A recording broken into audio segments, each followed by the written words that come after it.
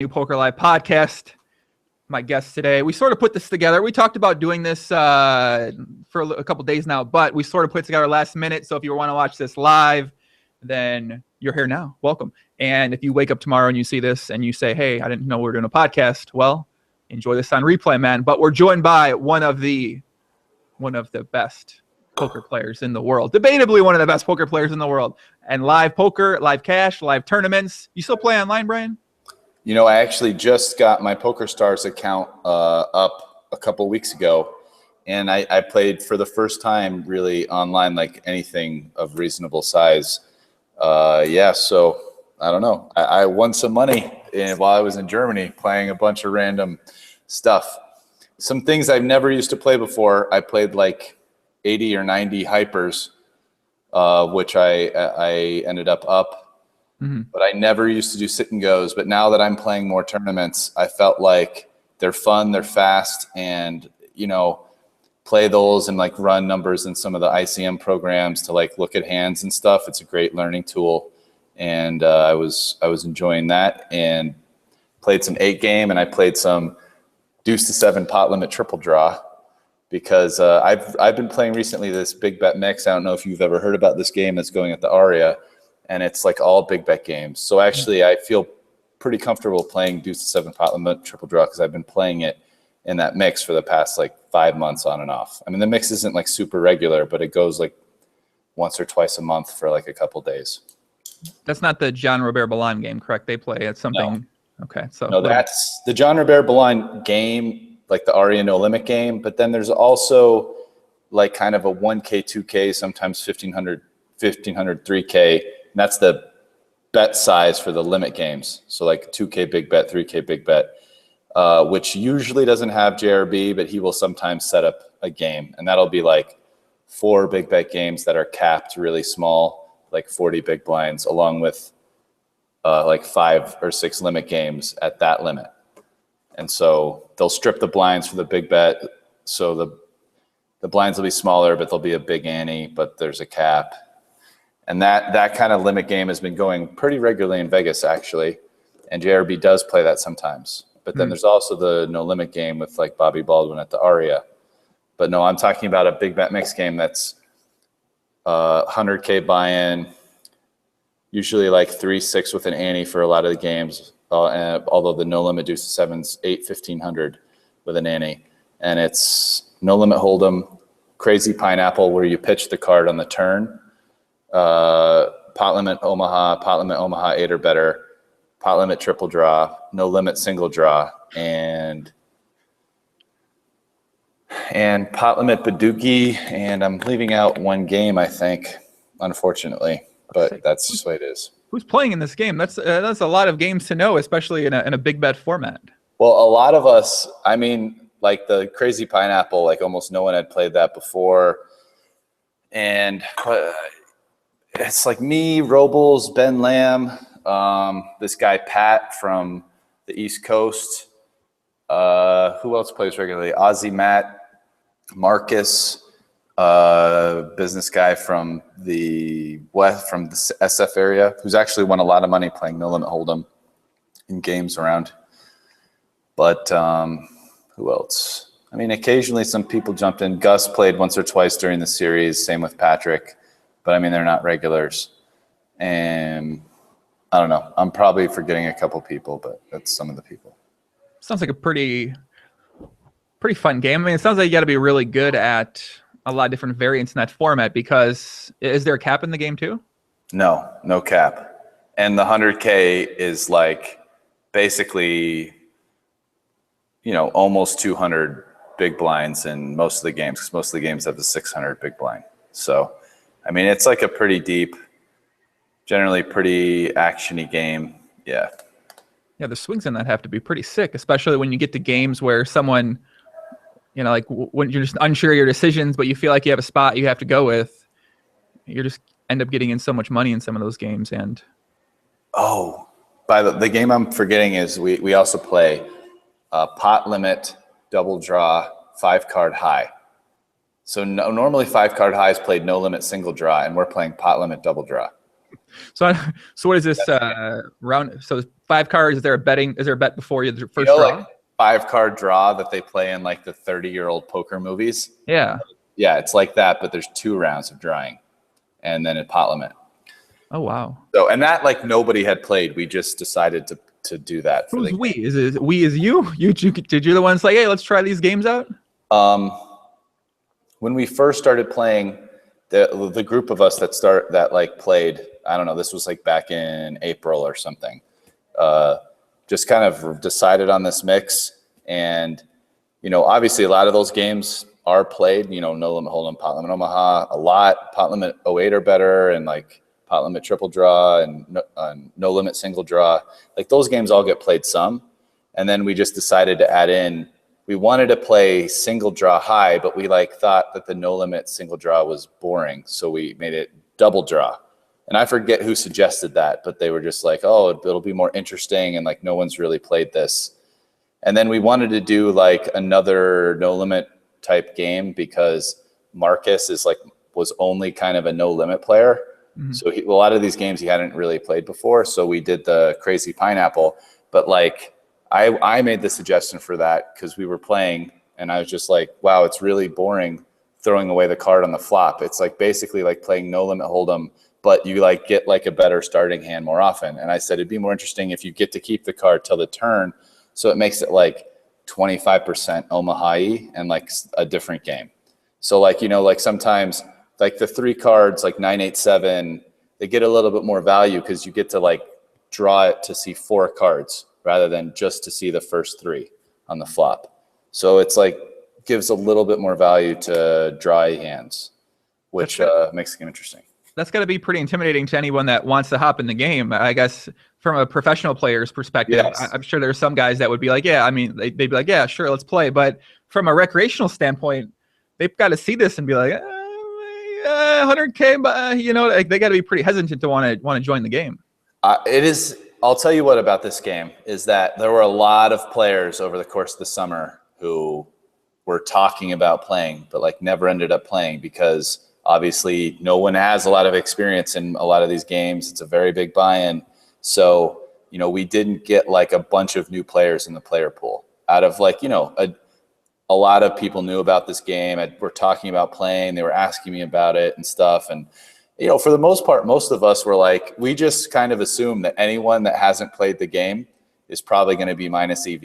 Even if they're good, like they're probably minus EV to start. So we were like, yeah, come play, like whatever, join the game. Like, because not that it's a private game anyway, but yeah, I mean, I've played, pot limit 5-card double draw high, not that many times. Like it's however many times I've played this game, which, has been like maybe somewhere in the 10 to 20 range now at this point. And that's how many times I played 5-card double draw high.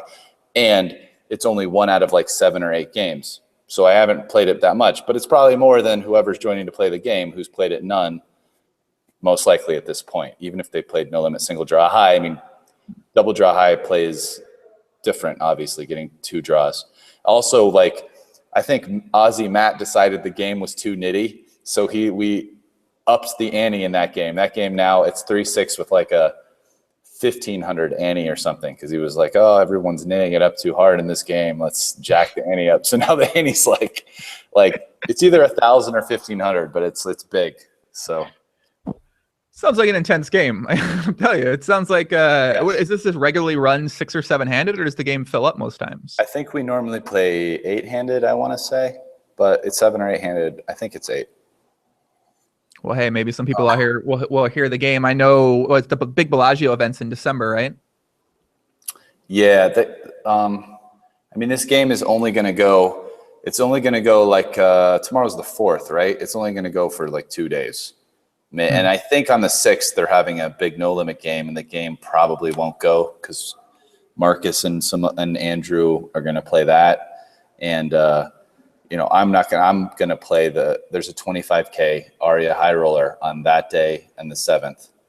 And then on the 7th and the 8th, I'm teaching my Zen poker class. Mm-hmm. And then on the 8th is Tommy Cannoli's thing, his playing the main event. So I'm pretty swamped.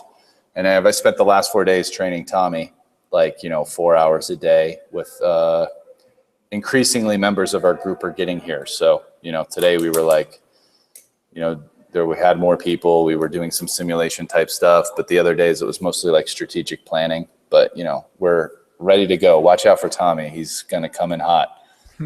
Guys, we are live streaming this on YouTube and Twitch. If you have any comments, questions throughout, feel free to ask. I see some good ones or good comments. I'll have to grab them out there. But what Brian's referencing there is Tommy Cannoli. Yeah, Cannuli. Cannuli. Okay, Tommy Cannuli is a member of the final table at the WSOP. That starts on the 8th, 9th, and 10th if you make it all 3 days. And Brian, you are in his corner. You're helping him out, coaching. Yeah. I guess that's for free technically, because I have a piece of him, because he's one of I love coming to the main event and like putting people in and it's a sick tournament. There's a sick sweat if anybody starts making it deep, and I've been doing that for I don't know, like 5 or 6 years, for varying amounts each year. And I started, everyone has guys who they kind of have a relationship with and they'll put them in or something. And so me and some other people formed a little group, and we like split up our guys and, split up how much money we're putting up. And like, you probably put up a little bit more money for your own guy. Mm-hmm. But the other 2 people in our group, it was me, Jeff, and Antonio, would put up some. And so, Tommy was technically Jeff's guy, although I've had pieces of Tommy before and stuff. So that's kind of like what happened, why it's Jeff, Antonio, and me, and all doing it. But you know what? It's fun coaching for this. I feel like preparing so hard for something. I mean, I've been working at it and looking at a lot of stuff closely and running all kind of ICMizer hands and spots and everything. And I feel like I've been learning a lot doing this and working with our group. There's also, I'm not going to say because I don't even know if it's public, but there's another person who I've since working with him on this, who Tommy kind of like hired separately because he didn't like have a piece of him initially, who I feel like I already had played with him some and respected his game, like had playing with him in high rollers. But like now that I'm like working with him, like I feel like I've learned from him, and he's definitely a good player, and it's brought something to the table for this. So we're ready to go. Is that where Phil Hellmuth went to? Is Phil Hellmuth the extra guy? No, you mean he left Federico? That's why actual reason he left Federico. Yeah, the actual reason he left Federico was to come hop in your corner. Yeah, no, that wasn't it. I don't think we could have afforded Phil Hellmuth's price. I mean, what do you think does he like come in there and he's like, all right, 20%? Like what is that what he does, you think? I don't know. Maybe I wonder what he asked for. I don't know. I mean, first, obviously it matters like how many chips the person has, because the equity when you ask, like 5% of Joe is a lot more than 5% of Federico. Yeah. So I'm not exactly sure, because I've actually never really no one's really asked me, and I've never helped anyone for the main event. I mean, truth be told, like I haven't really been playing tournaments for that long. Like at the beginning of my poker career, I played like only cash games. Mm-hmm. And then I went through a little phase where I played online tournaments for like 3 or 4 months, had a lot of good results, but then kind of backed off. And then since then I would play like some, but very little tournaments every year, like live. But then, kind of since the internet went away and stuff, and I had that one year I had some World Series of Poker success, kind of since that I've started playing a little bit more and more. And actually part of what's helped is there's these ARIA high rollers. There's like 1 or 2 a month, like every month now, which kind of helps me get some, being in Vegas. I try to make sure I'm in Vegas if possible. And I get some volume through those too. But yeah. I mean, it's extremely impressive, because you were playing the highest stakes on full tilt for a period of time. As you said, you were basically known as a online cash game player, and then transitioning more into live, and then going into tournaments and having success. It's something that I feel like you don't see too many people really do. I feel like when they go to tournaments, they're sort of just, now they're a tournament player. They kind of stop playing as much cash, and they don't really transition between both worlds, because it seems like for a lot of people, it's probably hard to have success playing both things. Yeah. I mean, I think, I've come and I've been learning a lot more about tournaments, but I kind of feel like for a long time that, I don't know nowadays, but I think in the past, I mean, the top cash games were definitely, they probably still are, like, tougher than a lot of tournaments. So, I mean, I think that people that are very, very good at cash, if they applied themselves a little bit to playing tournaments, that they would probably have some success or a lot of success. There's a lot of guys who are top cash game players who kind of like don't bother. Yeah. Like guys like Andy Mosley, I think is a very, very good English player. He pretty much only plays No Limit and PLO. Not very well known at all, actually, but extremely good. And he's in Macau. He's just done really well. And, he has no interest in playing tournaments. Like Michael Thuritz is a great player who doesn't really play that many tournaments. And I mean, because once you start playing cash high enough, like there's not really a reason why you would play a lot of tournaments generally, especially if you like live outside of the US and can play online. But you kind of like oftentimes need another reason to want to play tournaments. Like I actually kind of enjoy them just from like a competitive standpoint. They're fun, So, and I also have done well and made money at them, but I don't know. But I mean, I think there comes a point when like reasons other than money are why you do it. Like I like to challenge myself. So I do think that some tournaments can be quite soft actually for comparative stakes compared to like comparable sized cash games. And so it's kind of part of the reason why I've done it. But it's also like just throughout my career, once I play a game a lot, I've started learning other things. Like it's not just tournaments, but I kind of play like all the games now. And it's just because I'm a person who I really like learning and challenging myself. I'm naturally curious. And so in poker, I do that. But like I spend a lot of time, like I spend more time like reading or learning about other random things now that sort of have no profitable application in my life than I do studying poker anymore. Like I read all kinds of stuff about science and cosmology. I watch documentaries and, sometimes like TV shows that aren't necessarily educational.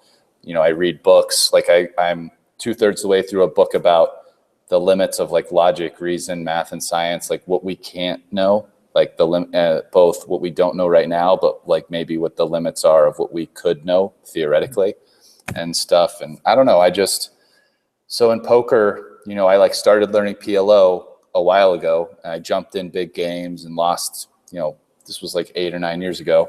I just like randomly jumped in 25-50, lost some money, lost, 40% of my bankroll, dropped back down, played like more reasonable no limit hold'em games. And then I started adding in PLO again at more reasonable stakes. And, pretty soon when the opportunity came, like I wasn't a great PLO player, but I saw like, there was definitely, you could short stack the like 200, 400 game on Full Tilt, which had, some people like, not only did it have Guy La Liberté playing, but, Gus and in my opinion, even Ilari sometimes were doing stuff that was like super bad versus short stacks.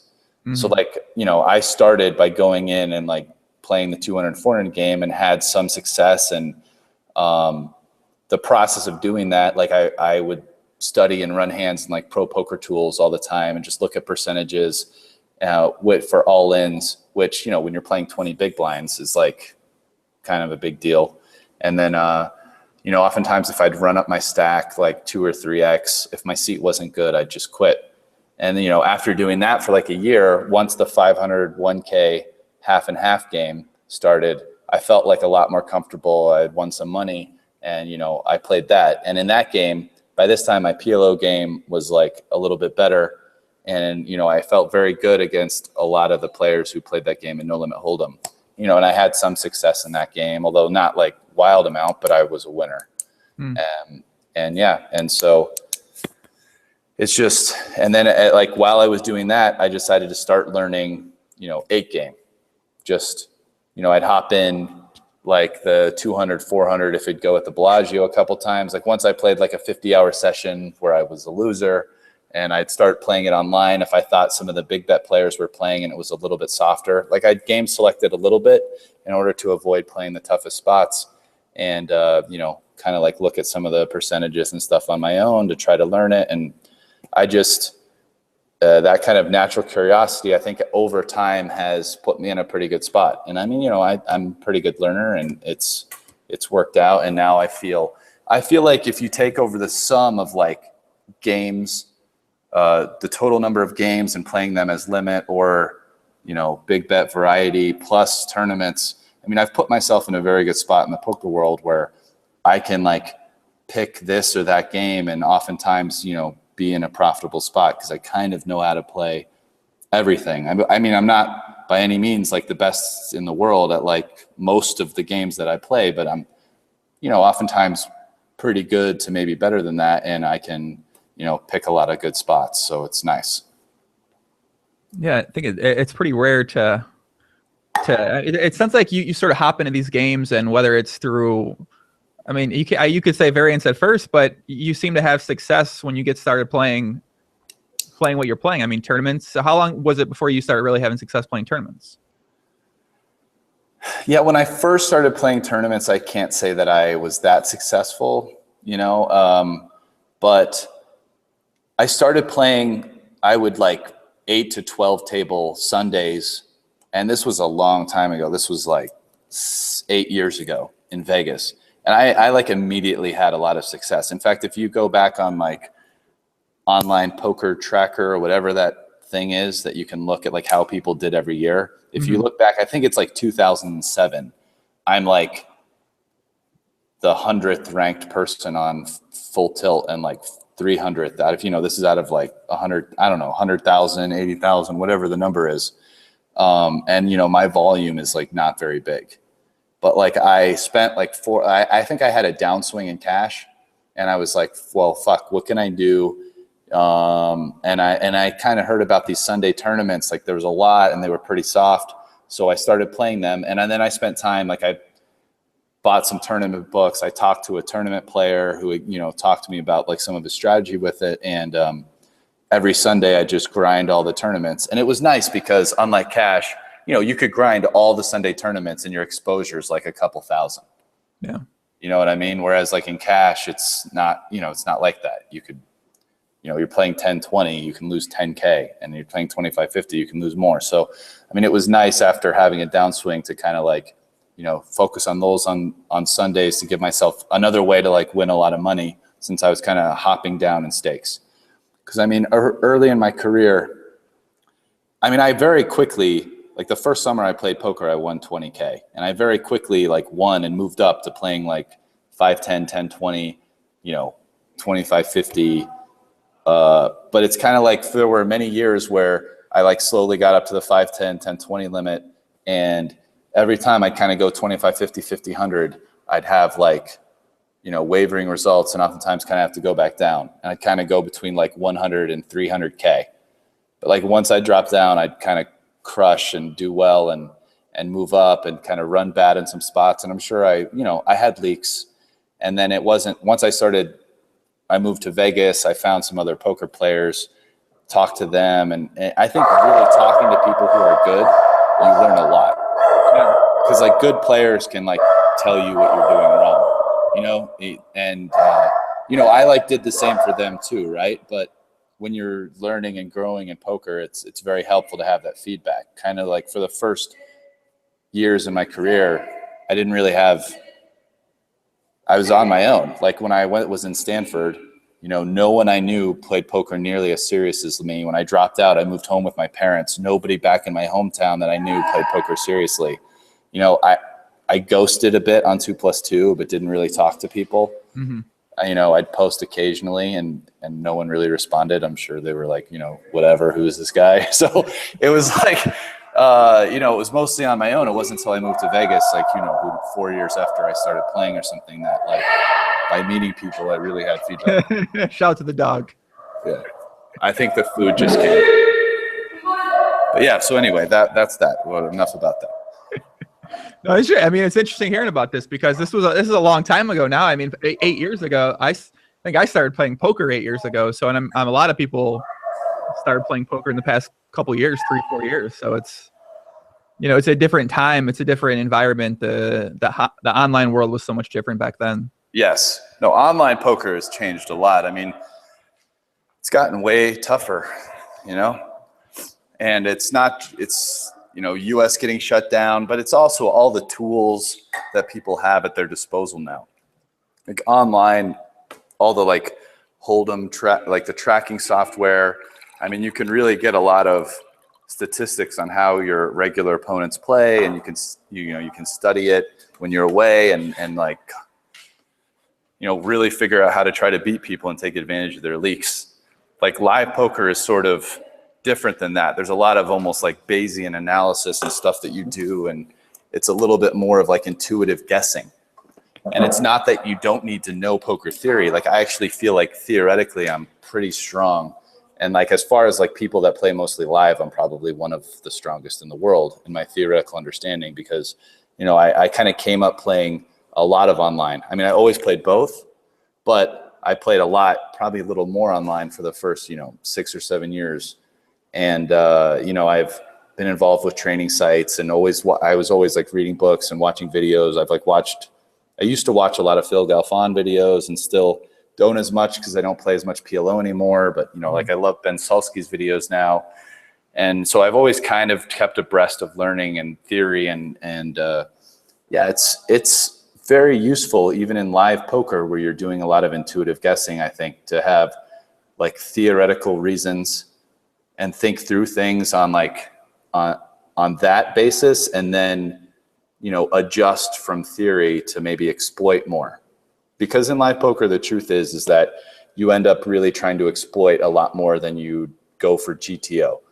I mean, maybe I'm a little bit more likely to do GTO in some high roller tournaments where I have a really tough table and it's all very good players. And then I just kind of try to, play like a solid, more GTO approach. But like, other than that, like even in WSOP tournaments, there's always people that I think are weak enough that, I'd rather try to exploit more than just be unexploitable myself.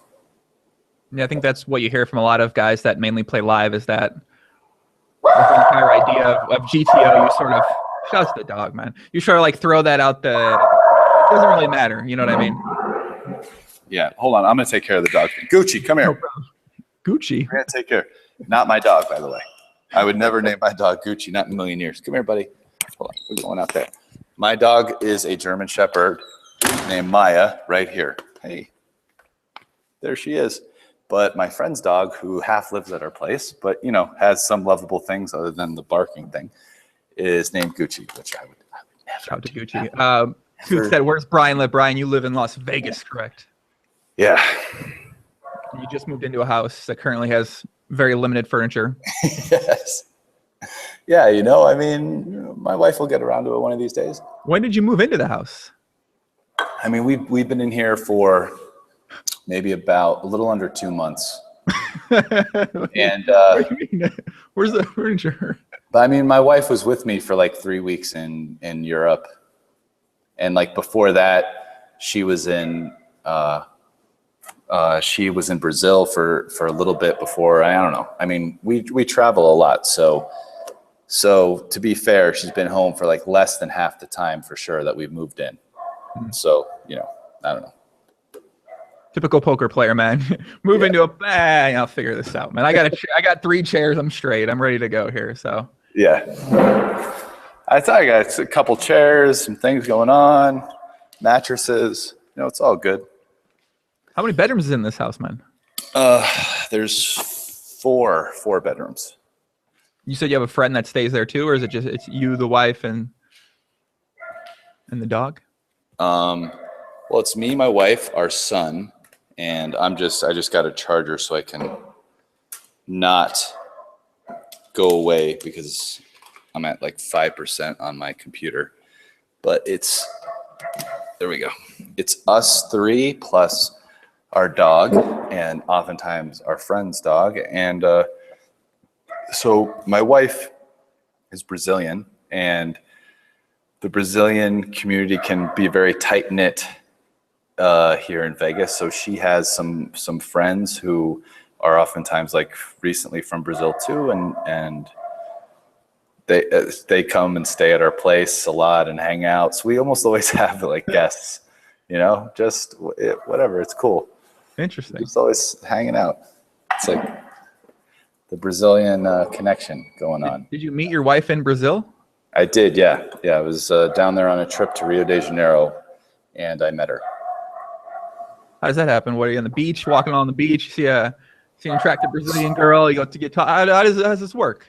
It's like I was at a kind of like a mix between like a bar and a nightclub with Phil Locke, and we were having some drinks, and yeah, I met this girl who I was very attracted to, and we really hit it off, and ended up, I had like 4 more days left on the trip.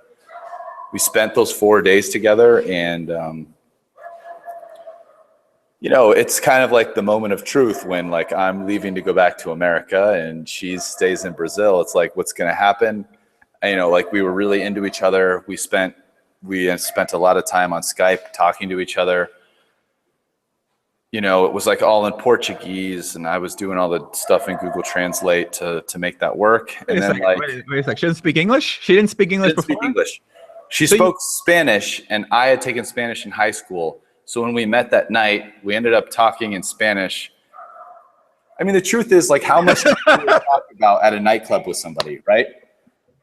Like, do you have like a deep intellectual, like, no, definitely not, conversation? No. So, if I could speak like 100 or 200 words of Spanish, and she's like pretty fluent, like it's enough to like, like, what do you want to drink? Oh, like you're beautiful, or, but like you spent 4 days after that with her too. I mean, they're not in a nightclub the entire time. No, but then after that, if she comes over to my place, we could talk on a computer where there's a translator, which is weird, but you do it a little bit. You talk a little in Spanish, you go out to dinner. Yeah. And then like once we went home on Skype, we would do on Skype with the translating. And I mean, within a couple months, like I had picked up some Portuguese, and by like half a year, like I was like doing all right. And yeah. So, I mean, I've had a lot of foreign romances that usually like that ends the 4 days. Like the 4 days you go back home, you guys are pretty high on each other. You have some FaceTime and Skyping, and then eventually you realize, wait, you live in Brazil, I live in Las Vegas. It might not necessarily work. But what happened then? Did she end up coming to America, or you went back to Brazil, or how did the step go? So that was kind of what was going on. And my wife at the time, she was pretty skeptical, I think, inside. I mean, that maybe something was going to happen. And I mean, there was definitely just a really deep connection. I mean, by this time, like we had both said, I love you, like I meant it. And, I think she was a little bit nervous, but I ended up going back to Brazil. Well, the first thing we did is we immediately tried to get her a visa, because I wanted her to come to America and like stay with me here to kind of like see my life, how I live and whatever. And we got a tourist visa, which my wonderful country, like with freedom and justice and liberty for all, wink, wink, on all of those accounts, fucking said, fuck you, no. We're not going to let the girl that you fell in love with in Brazil come to America, you fucking idiot poker player. No. So then she, at that point, like everything was good. But then at that point, she was basically like, oh, fuck. And I mean, she didn't like really say that to me, but she, things got she definitely got questionable. And I went back to Brazil like a month later. Actually, between that, I had to renew my passport. My passport had expired between when I went and when I went back like 2 or 3 months later. Mm. And like when I went back, like things had kind of started to get a little rocky. But then right when I went back, I basically, because it was like, what are we going to do now? A visa's rejected. Like I can't go to America. Like, is this going to happen? Like, how is it going to happen? And so I went back to Brazil and was basically like, no, we're definitely going out. I love you. I stayed for like 2.5 weeks. And I'm like, we're going to figure this, we'll figure it out. Like I can always come to Brazil once in a while. We'll try to get like maybe a student visa. Like I'll find some, English school that'll give you that in America. And that's a way that you can come here. So, I basically what ended up happening is over the next year and a half, that student visa got rejected like 4 or 5 months later. And during the next year and a half, like I went to Brazil probably 10 times. We met in Costa Rica twice. And we eventually got engaged. We got a fiance visa, which that process takes a lot longer because they sort of much more difficult to reject that, but you have to show a lot more things. Like you have to give them your whole fucking life story and everywhere you've been employed and this and every single piece of information they could ever want about somebody. That was eventually accepted, and she came to America like a year and 9 or 10 months later after initially. And at that point, like I was fluent in Portuguese. She knew a little English. I'd been to Brazil, 10 times for like 2 or 3 weeks each time. And, I was spending a lot of time there. And so, that's how it happened. It was like a fuckload of commitment on my part and her part, but yeah. Wow. Okay, that's a story right there. It all starts with Phil Locke in a bar, huh? Yeah, with me and Phil Locke in a bar. And now we're here to show. Does she? What kind of stuff does she spend her time doing here? Then is she into poker at all? Has she gotten into PLO? PLO, great game of PLO. 4 cards, amazing game. She still hasn't really learned the rules of poker yet. So no, she's not into it.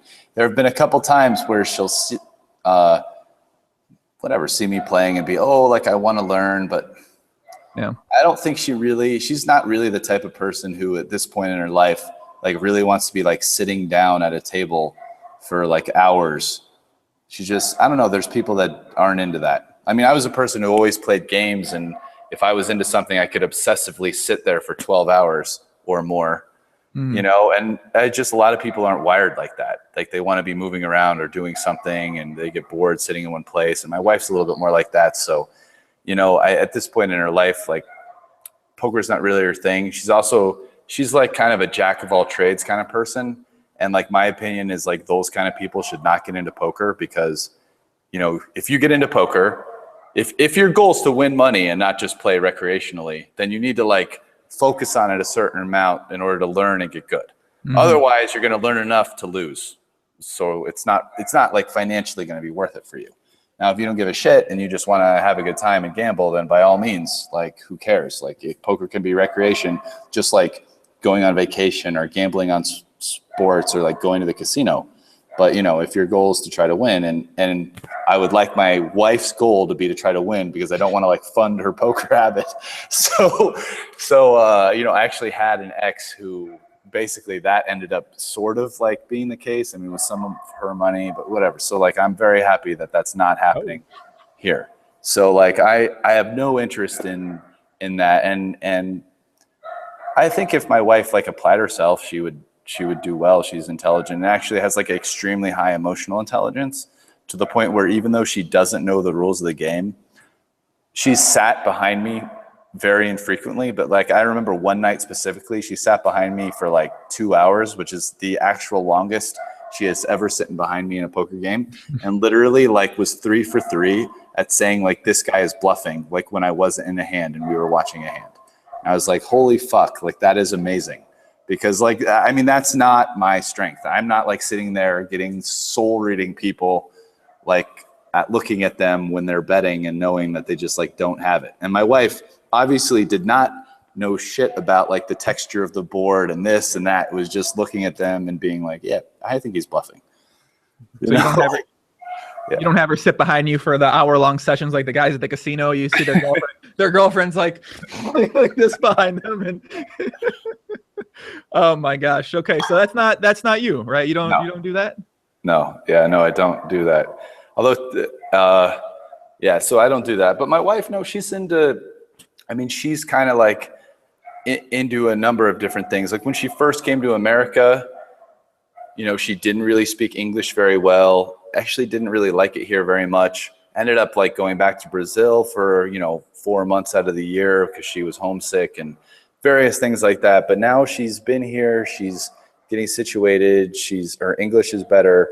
She's like trying to kind of start this, company for Brazilians that want to come to Las Vegas, like kind of like a hosting type thing. She's talking about, she's just trying all kinds of things. She's talking about writing. She wants to start a blog, a vlog, just get involved in a number of different things. Like eventually, her and I have been talking about one thing she did in Brazil for a little while is she had like a cosmetic type business. She sort of did like makeup and eyelash stuff out of her house. And we've been talking about maybe like opening up a salon type thing where she could just run that business. And, I don't know. So there's right now she's got to put furniture in a very big house. And we have some stuff going on in Brazil too. That's like mostly her. Like, we have like 1 or 2 places in Brazil, and it's kind of her responsibility to deal with all the stuff involved with that. And so, she's just kind of doing like a bunch of different stuff. Kind of like you can almost do anything. How do you decide on one thing in that situation? It's challenging, I'm sure. If you don't have like a slam dunk passion that, I want to do this, I want to do that. Well, it's like, I can do a lot of different things, and you'd probably be good at a lot of different things, but it's like, what do you want to spend your time actually focusing on in that situation? Yeah. And my wife and I are definitely kind of different in this regard, in that I'm like the type of person who generally is like a little bit of interested in a lot of things, but will find like one thing that I really like and like be like, yeah, that's what I'm doing right now. I'm like very almost obsessive about it, whatever is like currently my passion, which, obviously is poker. But, if all of a sudden I'm interested in like, even like say some TV show, like I'll just start like cramming down episodes. Like, it's my new job. What are your favorite shows right now? Your top 1, 2, or 3 favorite shows? Yeah. Game of Thrones. I love that show. I've read the books. I've read internet forum about the theories of like different things, whatever. I fucking love that world. I also, I loved Breaking Bad. It's obviously over. What else? There's a lot of shows that I've liked a lot. Those would probably be my clear 1, 2. Mm-hmm. Beyond that, you know what? I'll tell you, the first like 2.5 seasons of Battlestar Galactica, which I've watched in the last year, were like amazing. And the show sort of like fell off a little bit. And like, I think towards the end, I like this one show, Rome, a lot, which was like an old HBO show that only had 2 seasons. There's some really good shows that people have told me that I haven't watched yet, like The Wire. I haven't seen that. I don't know if there's anything. I don't know. I've watched some. Some glasses of wine deep. I can't think of anything else off the top of my head. It's all good, man. It's all good. I think those are like Game of Thrones. What'd you say? What about you? My favorite shows right now, I guess my favorite show I catch up on week to week is The Blacklist, which is on NBC, which you don't expect like an NBC show to really be that good or captivating or interesting, but I just love that show a lot. That's probably my number 1 favorite show right now. I just watched Game of Thrones, but I got to season 4 towards the end of it, and I was like, I don't know, like I wasn't as motivated to finish it. Like I do like workouts and stuff like that in my living room here, and I watch TV while I do it, and I don't know, man. I was just like, I don't know. I just turned it. I don't know. I stopped watching it. It was just very random. I don't know if season 4 is like not good in terms of the sequence of seasons, but I just stopped watching it. And my other favorite. Go ahead. It's weird because it's after season 3, I read the books, so it's hard for me to comment on season 4 the same way. Because at that point, I invested myself so much in the story. Like, and the books go all the way. The books basically go up to where we are now at the end of season 5. So, like, after reading the books, like season 4 and 5 was more evaluating the show from like how it was different and what it was do have value on its own and stuff. So, I'm now at a point where after reading the books and knowing the story, like I'm never not going to watch the show. No. So I do think it's hard for me to say whether or not like season 4 from a person who didn't already know the story and read the books wasn't as good. I will say, I do believe that like season 5 of the show was better than season 4 and like very, very good. And in fact, season 5 has like some of the best episodes of the show overall. I mean, a lot happens, a lot of like really cool things, and I like how it's done. I'm actually a little bit curious about where it's going to go from now, because season 6 is going to come out like at this point before the book, and that's going to be like mostly new. And I know they've talked with GR, the author, but you know, are they going to be mostly inventing a lot of the sort of how they know some signposts about like apparently where people are generally going, but that doesn't mean they know how they're going to get there. And so they're going to be kind of inventing it. So now it's going to diverge a bit and it'll be interesting. But like, I'm so academically into the world at this point that I could find almost anything about it interesting. Because even if I don't love it, I can just like compare and contrast and somehow academically derive some kind of like sick pleasure from it. So I feel like I'm no longer a good, what do I say, impartial. I feel like I sort of might be more interested. So I've always tried to stay away from, because I started watching when season 5 ended. So I'm trying to stay away from Reddit. I'm trying to stay away from all the theories about all the Jon Snow theories. And I see links for them, but I'm like, if I click on them, it's going to give away season 5. Like so I'm not clicking on anything. I really like, if you follow the show along, there were so many great articles. Like, I mean, even on Grantland used to write about it a lot too. Yeah. A lot of Game of Thrones stuff. They had a podcast for Game of Thrones, and I can never listen to it because, you know, I'm like, and I feel like that would have enhanced my experience to enjoy the show, because it's a big community show. It definitely would enhance your experience, because I think it's the type of thing where there's a lot of complex stuff going on, and if you sort of let yourself learn a little bit more by exposing to what, you know, other people who have spent like kind of a strangely large amount of time like rereading it and watching it, like what they think, you'll find, wow, there's like a lot going on beneath the surface, and there's very interesting things and all this, and like kind of letting yourself get to that level cheaply by not like reading the books 3 times or whatever that the people that are actually writing the articles are doing, but sort of taking their Cliff Notes version of like why a bunch of cool shit is going on.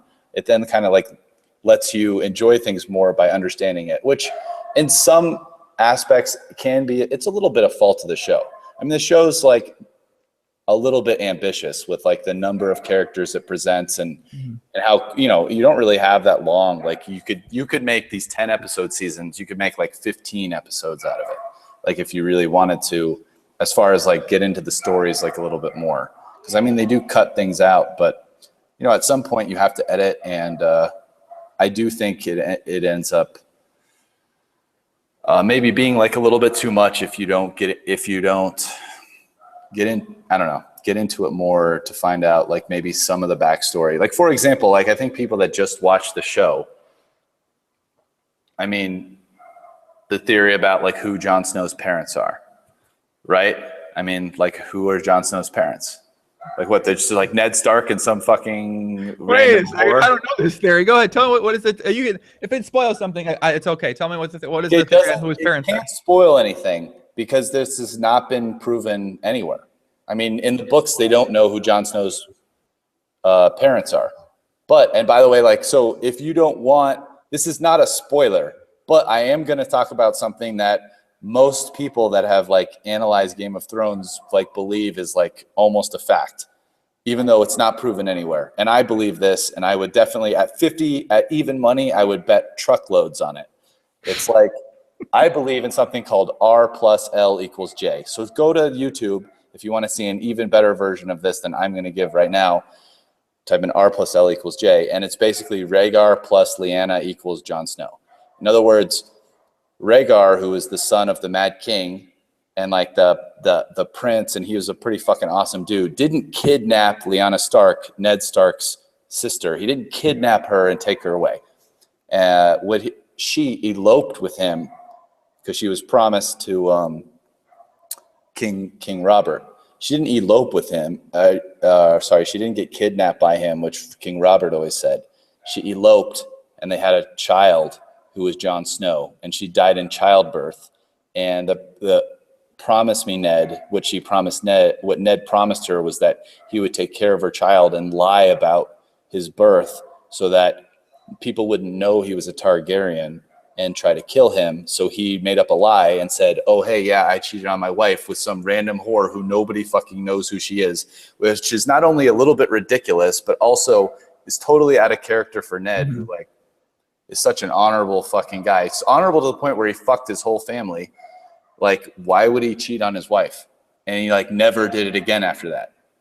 I mean, and then by the way, it's more than just about Ned's character. If like you actually look at R plus L equals J, it'll give like 10 other examples about like why this is true. So I think it makes a lot of sense, and it's like part of the reason why not only is Jon Snow awesome, but it's part of the reason why he's like special for other reasons. And it's like something that, you know, if you don't like, basically almost nobody who just like watches the show or maybe reads the books but doesn't really deeply analyze them, it'd be like very hard to catch this. Almost nobody would. But it's something that if you really look at like a bunch of hints that are dropped, and by the way, in season 4 or 5, I forget which one, there are a number of things that were like shown that if you like knew to look for it, it like really hinted that R plus L equals J is true. Like there was a scene where like Littlefinger was down in the crypts of Winterfell talking to somebody, I can't even remember who it was, Sansa maybe, before he left her there, and where like he like said a bunch of like really cryptic things which like would make you believe that maybe R plus L equals J is true. And like there's another moment where it happened as well, but I can't remember. But yeah. I haven't actually had to talk about. I didn't get to talk about Game of Thrones this much with anyone since I started watching it. So I know a lot of people out there are like, "What the fuck are you guys talking about right now?" Yeah, we kind of got like, yo, will you guys get on poker? Come on, we want to know about 3-bet percentages here in live situations. I'm ready. Poker, let's go. No, I don't want to know about. I mean, I like talking about Game of Thrones. I'm ready to have a Game of Thrones podcast. I'm ready to change the name of this to Game of Thrones discussion, man. Like it's and get watching the show more. So part the Red Sea, Moses. Part it. Just divide the waters. Let's like redirect things. Get back to business. Yeah, I mean, I wrote some things down. I haven't even looked at the things since we got started here, man. It's been. I mean, but that's one of the things that's cool about Game of Thrones is like the fucking guy is such a genius. He like invented this world, and there's so many layers to it that like the more you learn, there's all this crazy shit. And he's like done such a good job, especially in the book, a little bit more than the show, of providing information through like the filter of the character. And like some things are like misinformation or just with the character's experiences and this and that. And like, if you really read deep into it, which, you know, I've only read it once, but then, you know, reading other people's theories and stuff, like there's a lot that you can get out of it. And so it's kind of cool because it's like unfinished right now. So, you know, it's like, where's it going to go? But do you watch Star Wars at all too? I have seen the Star Wars movies. I've also watched Star Trek Next Generation. There was a very sick there was a very sick Star Wars theory that just came out about Jar Jar Binks that oh really I've spent on entirely way too much time. I rewatched the first Phantom Menace and a bunch of different like there's a couple edits and stuff like that on YouTube and the actual one, but I've been very interested in this Jar Jar Binks theory because obviously there's a new Star Wars movie coming out. So it's there is. When is that coming out? It's like coming out, I believe, on Christmas Day. It's J.J. Abrams, right? Yeah, I think J.J. Abrams is the person that's directing that one. Guys, we are doing a Star Wars. Me and Jay Rosenkrantz, very old school poker player, I've had in the podcast for me. We and him are doing a Star Wars podcast after that movie comes out because I know he's a big Star Wars fan. And yeah, my son went through a period where he was a massive Star Wars fan, and I've definitely rewatched all 6 of the movies with him. But yeah, no, I'm in general. I have a soft spot in my heart for science fiction because even though I would have to grant that on the whole science fiction movies are like subpar compared to other movies in a lot of aspects, like I can just really get into like the imagination of like creating future worlds.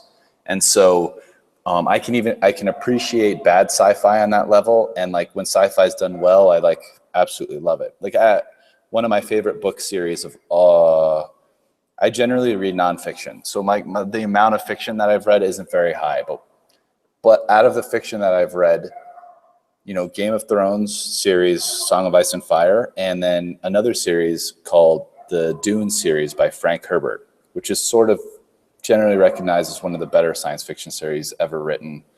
And it was actually unfinished. The guy died after the 6th book. And how old is this series? I'm gonna look it up. It's pretty old. Yeah. And 1965. Okay. Yeah. That's old. But by the time he finished it, it was like the 80s or something.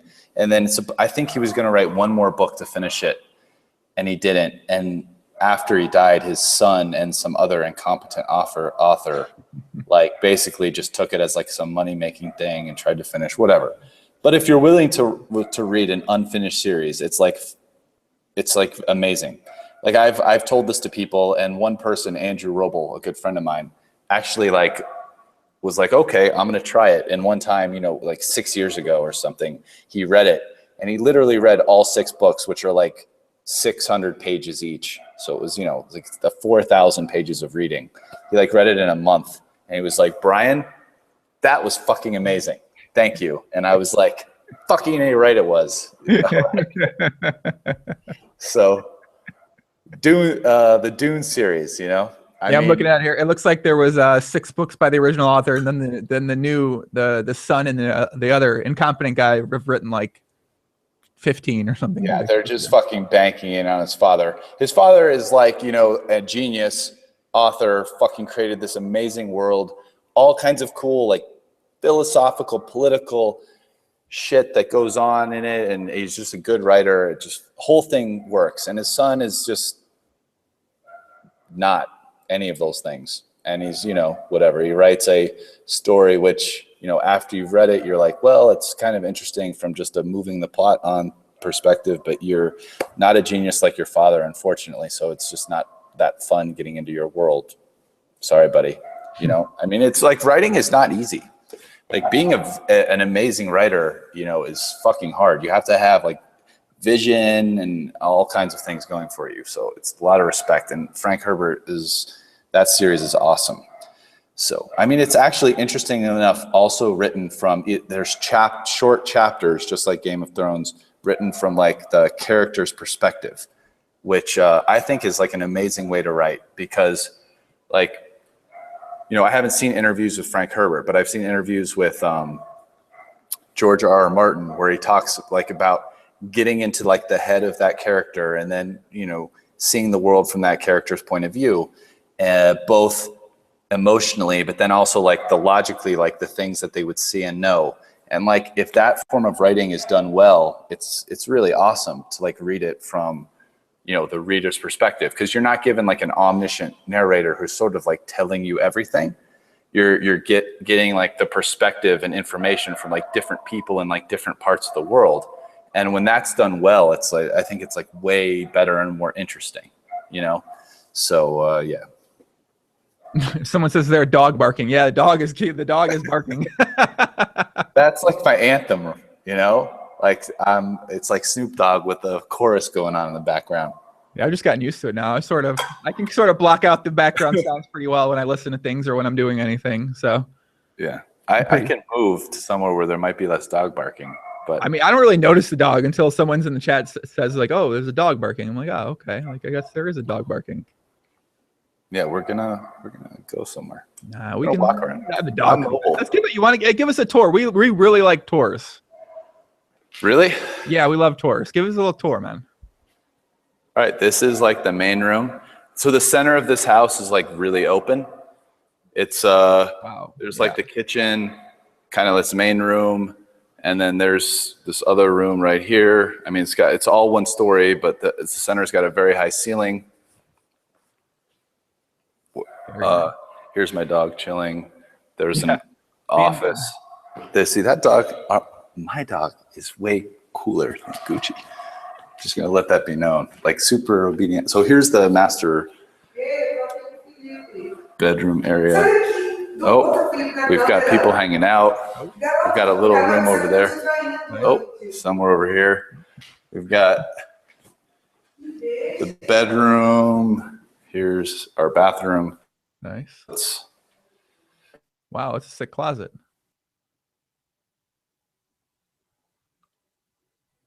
Oh, might have got some infinite lag here, guys. Wait, this is back? This is how I sleep right now. Check it out. There's a mattress on the floor.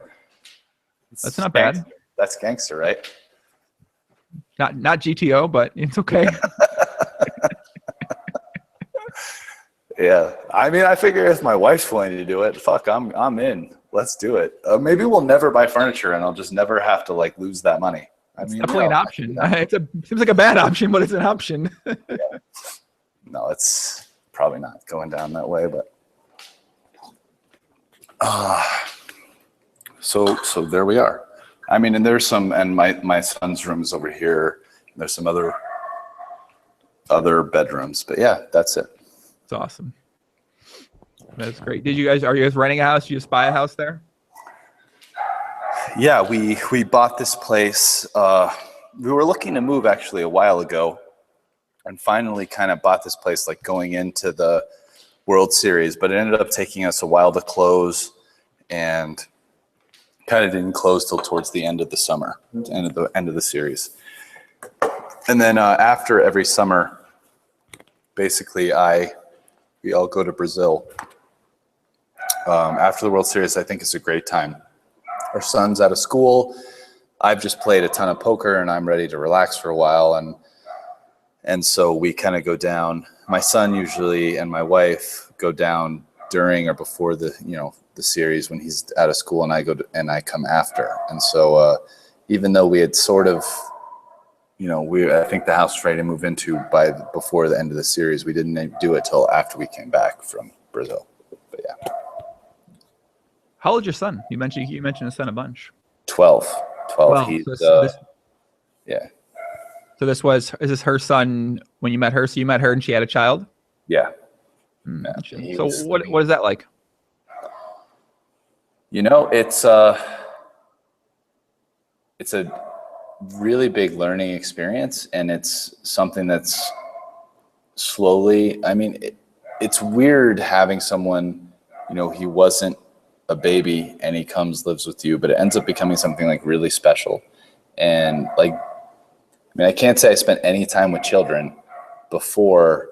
I was a young single guy living in Las Vegas. Mm-hmm. I knew nothing about when he came live with me, he was 8, and and by the when I met Juliana, he was 6, and so children kind of like teach you. I don't know, they teach you a lot. I mean, children have a really refreshing way of looking at the world and sort of accepting things, and it's come to be something that I really love and enjoy. But it's kind of like coming into having a family. Like a lot of people, obviously, they meet a woman and they just have a girlfriend and just have a wife, and then eventually they have a baby, right? So it's like increasing levels of responsibility. But so I kind of went from having like no responsibility at all to sort of like being responsible all of a sudden for a family, which at the time, like that, when I say it was weird, it was just like a lot to get put on, because I was actually the type of person who was very nonchalant, kind of like late to everything, not that responsible. And I very quickly had to be very responsible, because it's not like, Juliana was from America, but she like came to America, and Krishna came to America. And, now, neither of them obviously know what's going on here. They both knew some English, but not that much. And I was kind of responsible to make everything work. And, it grew me up really fast. So, I was becoming more responsible being in a relationship with Juliana, but, when it was long distance and I wasn't taking care of a family, it was only like baby steps.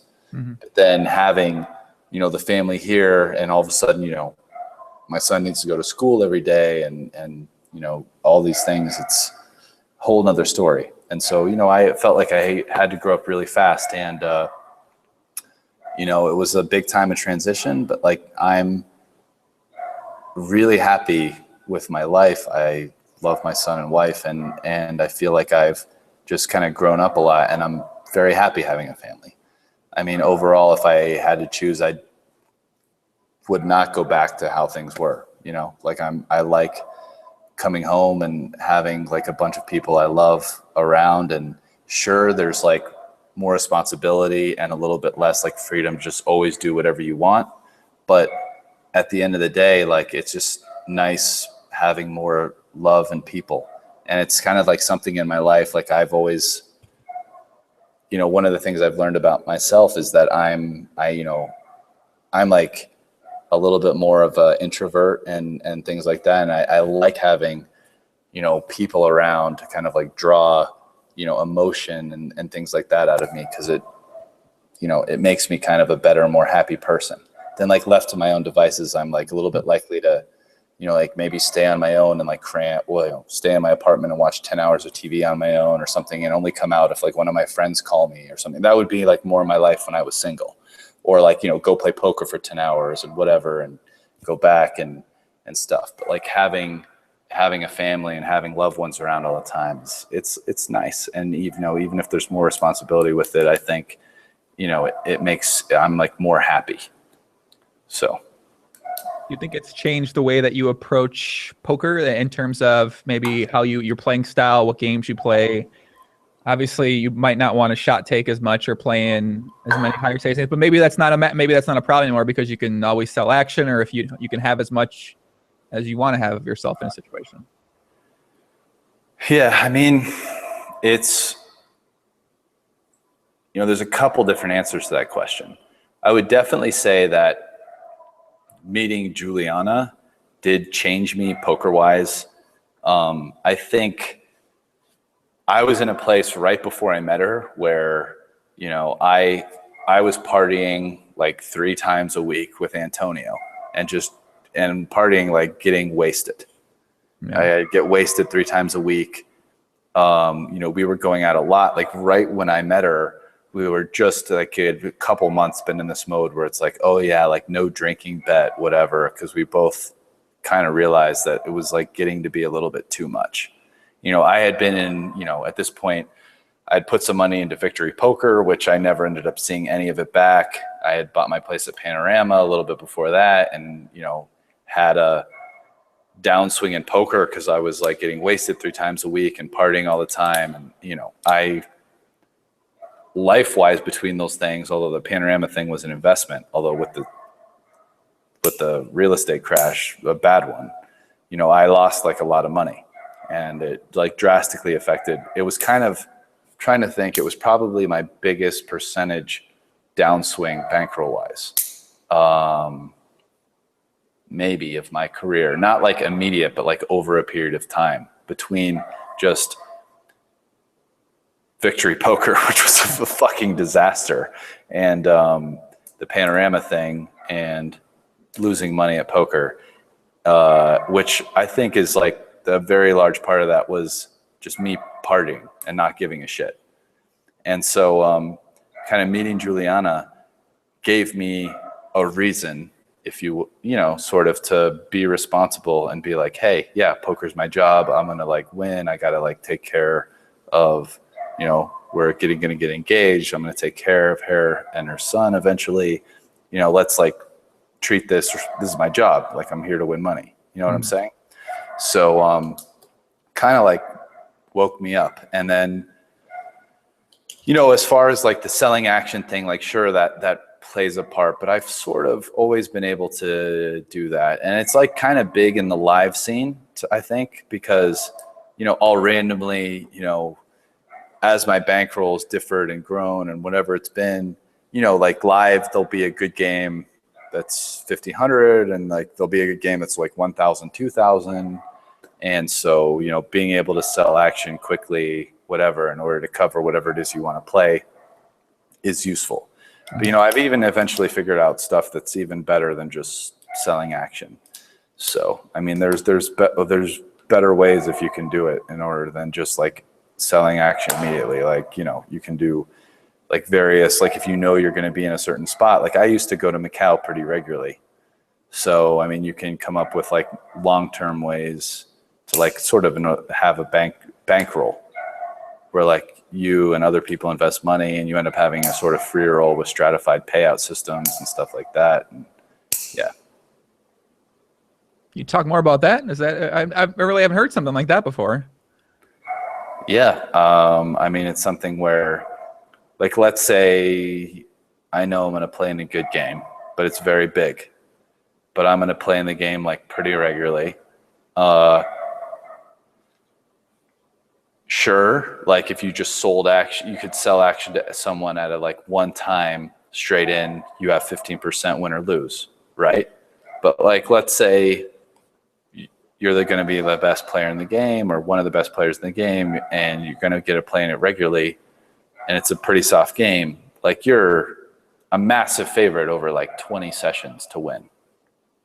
You know, I mean, I don't know. And so instead of just like selling action straight up, it's, you know, you have created like a bankroll with, you know, some type of free roll, but like you don't dissolve the bankroll immediately, and the bankroll goes, and maybe initially it's like a 20% free roll, and then after, when you're up a certain amount, it's like a 40% free roll, and up even more, it's like a 50% free roll, or it's just something like that. And you know, you could also be an investor in the bankroll yourself, along with like maybe somebody else. And it's in a way to like essentially be playing for more money, but you do get like a kind of a free roll type of thing, almost as if you were getting backed or staked for tournaments. But the flip side, you know, is that this is a cash game, and you don't dissolve it. You pretty much just keep it going as long as you would be in those games.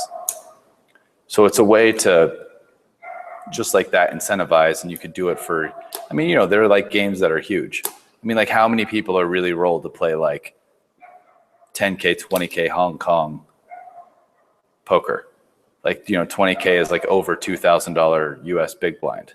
I mean, like, you know, how much fucking money do you need to play that game? So, but if it's a very good game and you're a big favorite to win, you know, like, and you could work out something better than just selling action and having whatever, like a pretty small piece of yourself, you know, why wouldn't you do that? And so, you know, I've done that, and I've even like worked out that with other people, but for the most part, the backing business sucks, because the truth is that most people, that it's like, there's so many things that need to go right for it to work. Like somebody needs to be trustworthy. They need to be plus EV. They need to like not have some kind of crazy leak that's going to make them not trustworthy for whatever reason. And whatever. And then somehow they need to not have enough money for whatever situation that they're in. Which, if somebody's like a really good player, I know you'd be right. But like, you know, I'm not saying that you can't find a situation where this works. But I'd say like a situation, like half the time that people are doing this, they're like coaching the player. Like there's a bunch of like online, like the stable of guys. Like, you know, like the Doug Polk stable, or the Shookham stable, or the, you know, there's a bunch of people who've had stables where they're essentially like training the players and backing them. But if you're not doing that and you're just taking a piece, generally for the person to like, it's generally a situation where someone somehow got access to some kind of like high stakes nosebleed private game that's soft, and they just don't have the money to play it. That's almost always only the situation where it's profitable. Otherwise, if somehow the guy's like a really good player, but broke, I mean, it's just hard to find a situation where he's not broke because of some kind of a leak that he has. Like he's a fucking sick gambler, he's a drinker, he gambles in the pit or something. I don't know. There's all kinds of things. Yeah, maybe I'm just bitter because I haven't made a lot of money staking in my poker career. I'm down for sure, but whatever. So. Well, I imagine that like if you're staking people for cash games, are we talking for cash games or tournaments in this situation? It sounds like we're talking about for cash games. Yeah, for cash. I mean, with those people, like they take the money off the table, like they're walking. Yeah, you gotta. They might tell you they won or they lost, and you can't really ever verify the information in that situation too. So you really have to trust the person to yes, no, trust is the hugest part for cash games for sure. No, that's like the number one consideration. But so why not just not stake people for cash? Why not just stake people for tournaments? Oh yeah, I agree. Yeah. I mean, I don't really. I've done it a couple times, but I don't do it. Yeah, I agree with you. It's just too hard, and just the confluence of everything, along with the trust. It's whatever. And I'm, you know, I'm old now, and I have a family, so like I don't meet poker players anymore.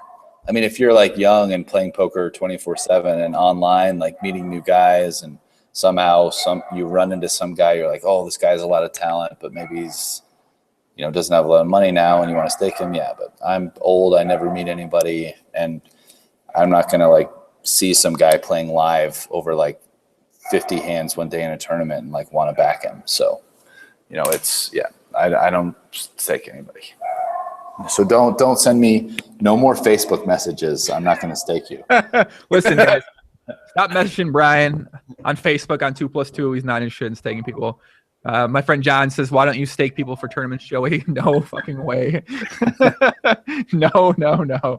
Listen, Brian might have someone final table at the main event, but by the way, no. The WSOP main event is a different story. This is a different story. That's not like a long-term staking deal. That's like a one-time deal in a tournament that's one of the better tournaments in the world, with huge fucking additional sweat EV involved and like massive like whatever win potential. So it's different. Yeah. So you mentioned earlier when we got started that Tommy, the Tommy Camilli. Yeah. You just find people, you found them and you stake them. Like, what do you like at the series? Are people walking around be like, yeah, I need to get in the main event, and you're like, oh, 5K, or like how does that work? No, like, so Tommy specifically is somebody who Jeff Gross has, done a lot of business, kind of like staked and bought pieces of before. And through Jeff, I've taken pieces of Tommy. I actually had a piece of him in the main event the previous year as well. And so that's kind of how the Tommy thing happened. And there's some people who I've known, I've met in poker, who, the main event's a big buy-in for them, who I've backed, and maybe one of their friends who they're vouching for is that a good player or something. So, I've had people like that. Jeff has a couple people, Antonio had a couple people, and we kind of like mixed it together at various, like, you have this percent of this guy type of thing, and like worked it out. And so that's, in that whole like clusterfuck system, that's kind of how, like Tommy was the guy out of our group that made the final table. And actually, like, Tommy's also the guy who's out of that group probably was the best player and actually got the best deal as well. So like he had most of himself as compared to anyone else out of the people that we backed and put in. So what's a normal one-time deal for the main event with people? Is it some sort of standard? If someone's a little bit better, you might give them a better deal? I mean, because we're kind of splitting it through multiple people, sort of hard to be like, yeah, I'm going to give you a good deal, but then we're splitting this with two other guys that you don't know. Plus, like, I mean, when you're doing it for multiple people, I'm not trying to really hook somebody up. I mean, it's kind of a business proposition. Like, they're already getting a free roll. Like, they're plus EV no matter what. Like, I need to get a certain amount to be plus EV myself, because like someone getting a free roll is always plus EV, right? So, I mean, the standard type of thing was around 20%. With sometimes more, sometimes with some kind of like, you make the final table, it's like 25% of that money and 30% of like first place money, or, sometimes it'd be something like that. So that was kind of like the standard type of deal. Like maybe like the standard deal would probably be something like 20% of all profits, and then 25% of all money over ninth place money, like of final table money. It'd probably be something like that, which like isn't big, but if you can find something a lot better than that, then by all means go ahead. And I mean, yeah, so I mean, I think a lot of the people that generally we were backing, it's not like they're like small time tournament grinders who want to get back for the main. It's more people that over the years we've met and had played poker with, and maybe were professional players, still are professional players, but just not playing big. And like, for example, one of the guys that I brought was a guy who I played a lot of cash with when I first moved to Las Vegas. And he has played tournaments over the years, but by no means would I say like he's like a tournament specialist who like studies hands on like ICMizer and, so yeah. That makes sense. So like, I'm not giving like, it's just, I'm not giving the guy like 40% or something. Like, I just don't even think that would be plus EV for me. So, you know, I think he's plus EV in the tournament. I think I'm making out in 20% with some kind of stratified thing, and so is he. But like more than that, you know, he's not like a crusher. And by the way, like if you're a crusher, why the fuck are you getting back for the main event? I mean, when I had like 100K to my name, like my very first World Series of Poker, I came to Vegas with 140K, or maybe less, maybe like 125 or 130, whatever. By the main event, I had like 100, and I just fucking bought in. And then I lost my 10K, and I left Vegas with like 90. And I went home and played whatever, 5-10 or 2-5. And, you know, this was like 9 years ago. And I built it back up because at the time I wasn't like playing 10K tournaments every week. Like that was the only 10K tournament I probably played that whole year. So whatever, I lose that money and go back. The main event's a 6th spot. Like, why would I get back for that? Fuck that. I won all my action. If I win 7 million, I'm just going to be, everyone always thinks they're better than they are at every point in poker, like all the time. So when I was like 9 years ago, I thought I was way better than I was. And I was like, fuck that. If I win $10 million, it was back when it was like Jamie Gold or I don't know. Like I don't know. So at that time I didn't even have people I sold action to. It wasn't until after, you know, I had already moved to Vegas and whatever till I went and sold action, but I still wouldn't do it. It's the main event. I'll sell action in other 10Ks or WPTs or 5Ks, but it's like an extremely soft tournament with a slow blind schedule. Like I'm in it to win it. And I don't know. I mean, I guess it was definitely way softer 9 years ago than it is now. So yeah, it's a little different. I'm sure some would still argue it's still pretty soft right now too, of course. Yes, it's still soft. And I would not love, I would never take a deal like the one that I'm getting. Fuck that. I'll put up the 10K and take But you know what? I mean, that's just the way things go. You know, like if you want the 10K that I'm giving you, that's the free roll that you're getting. So, yeah, but yeah. That makes sense. What do you think your biggest challenges are as a poker player now then? Sounds like you're having a lot of success at tournaments, a lot of success at cash games. So what's the challenges for you? The biggest challenge is to like stay hungry. Yeah. Because find ways to stay hungry and keep learning. Which like this like training Tommy thing has sort of turned into that. Like I've started running, I ran all kinds of hands and spots and this and that and ICMizer, which by the way, I was using like Hold'em resources before. I didn't know about ICMizer, and they're both good sort of for different reasons. But like I like ICMizer. It's way easier to adjust and like put in ranges in ICMizer and use that. Whereas Hold'em resources is nice for like GTO. Here's like the GTO output for this spot, which is great also. But you know, they're both good for different things. And, you know, now that it's been like 4 days, 4 hours in a row, like this and cramming, and I've done some, you know, other than those 4 hours, I've spent a couple hours here and there just running spots and changing inputs for that. Like it's been like a training tool for tournaments for me, you know, and also like, okay, this is our small blind spot with like 24 bigs with fucking Joe chip leader, 8 million big blinds in the big blind. Like, what are we going to do? Like, great. So I'm going to have that spot also. Like, so let's come out with a strategy in this. So like, that's actually the reason why I started making videos for Run It Once. Like at the time, it wasn't really for the money. I mean, they paid me, I got 1K a video, which as far as what they pay is like actually not that much. But the reason why I did it is I was like, when Phil Galfon, who I'm very friendly with, and did it, I was like, great, I want to be involved with this because I want to commit myself to like learning and watching other people's videos. And you know what? I'm going to make some videos of my own, and hopefully other people are going to critique and comment what I say, and I'll interact with them on the website, and it'll make me a better player. So like one of the things that I'm trying to do is always challenge myself in different ways to try to learn, which is challenging because half the time I'm like, oh, well, I just watched The Martian. Like I'm going to read the book, or I'm going to spend time, you know, watching this TV show or whatever, because these things are new and interesting, and poker is something I've been doing for God knows how many years. And like, I already know a lot, and I've already forgotten just as much as I know, and you know, whatever, like I'll figure it out. But I know that's not good enough, because there's always hungry little guys who are just playing 80 hours, 100 hours a week like I used to, and they're just trying to get more. And so, you know, even though I know a lot, like there's always new information and tools coming out, and I need to stay on top of it. So I, you know, try to figure various ways to do that, and hopefully make money while I'm doing it, and hope it all works out in the end. And so far I'm doing all right. So I guess not too bad.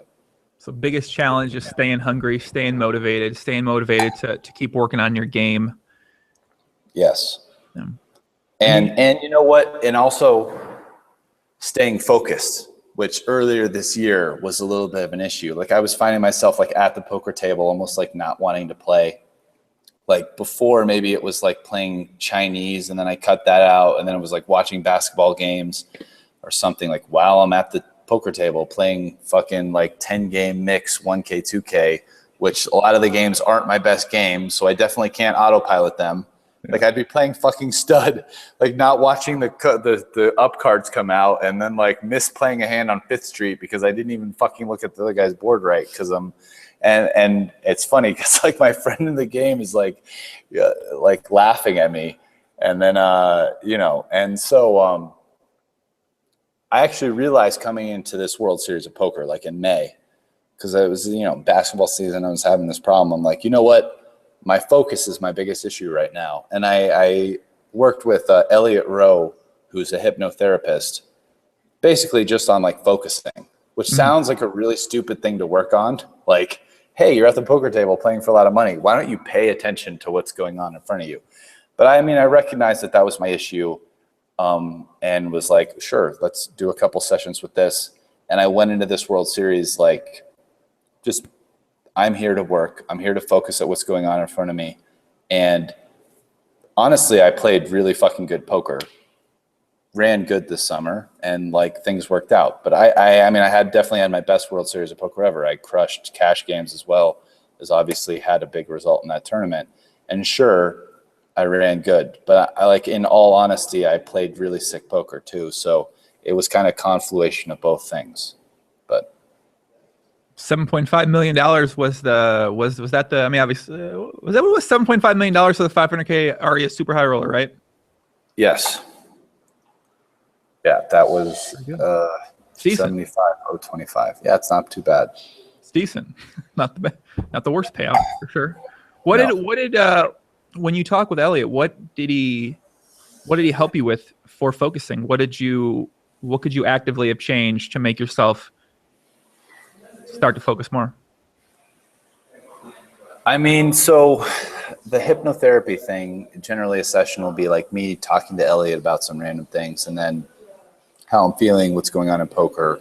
And then he does like a 20-30 minute thing that feels like not nearly that long when you're doing it, where you kind of get in a close your eyes, listen to what he's saying, get in a somewhat suggestive state where he brings you on this little like mental journey for a little while, saying random shit to like help you kind of like zone out and focus, and then suggest some things to you about just, you're going to be at the table, focus, this, like various things he'll start suggesting that like kind of subconsciously, consciously you sort of remember and hold on to. And then the next time that you're playing, you'll sort of be aware of just that being important and do it, you know, whatever it is. And I think overall, the fact that I mean, you know, I know what it takes to play good poker live, like watch for this, you know, focus, you know, be watching people to get reads and all that.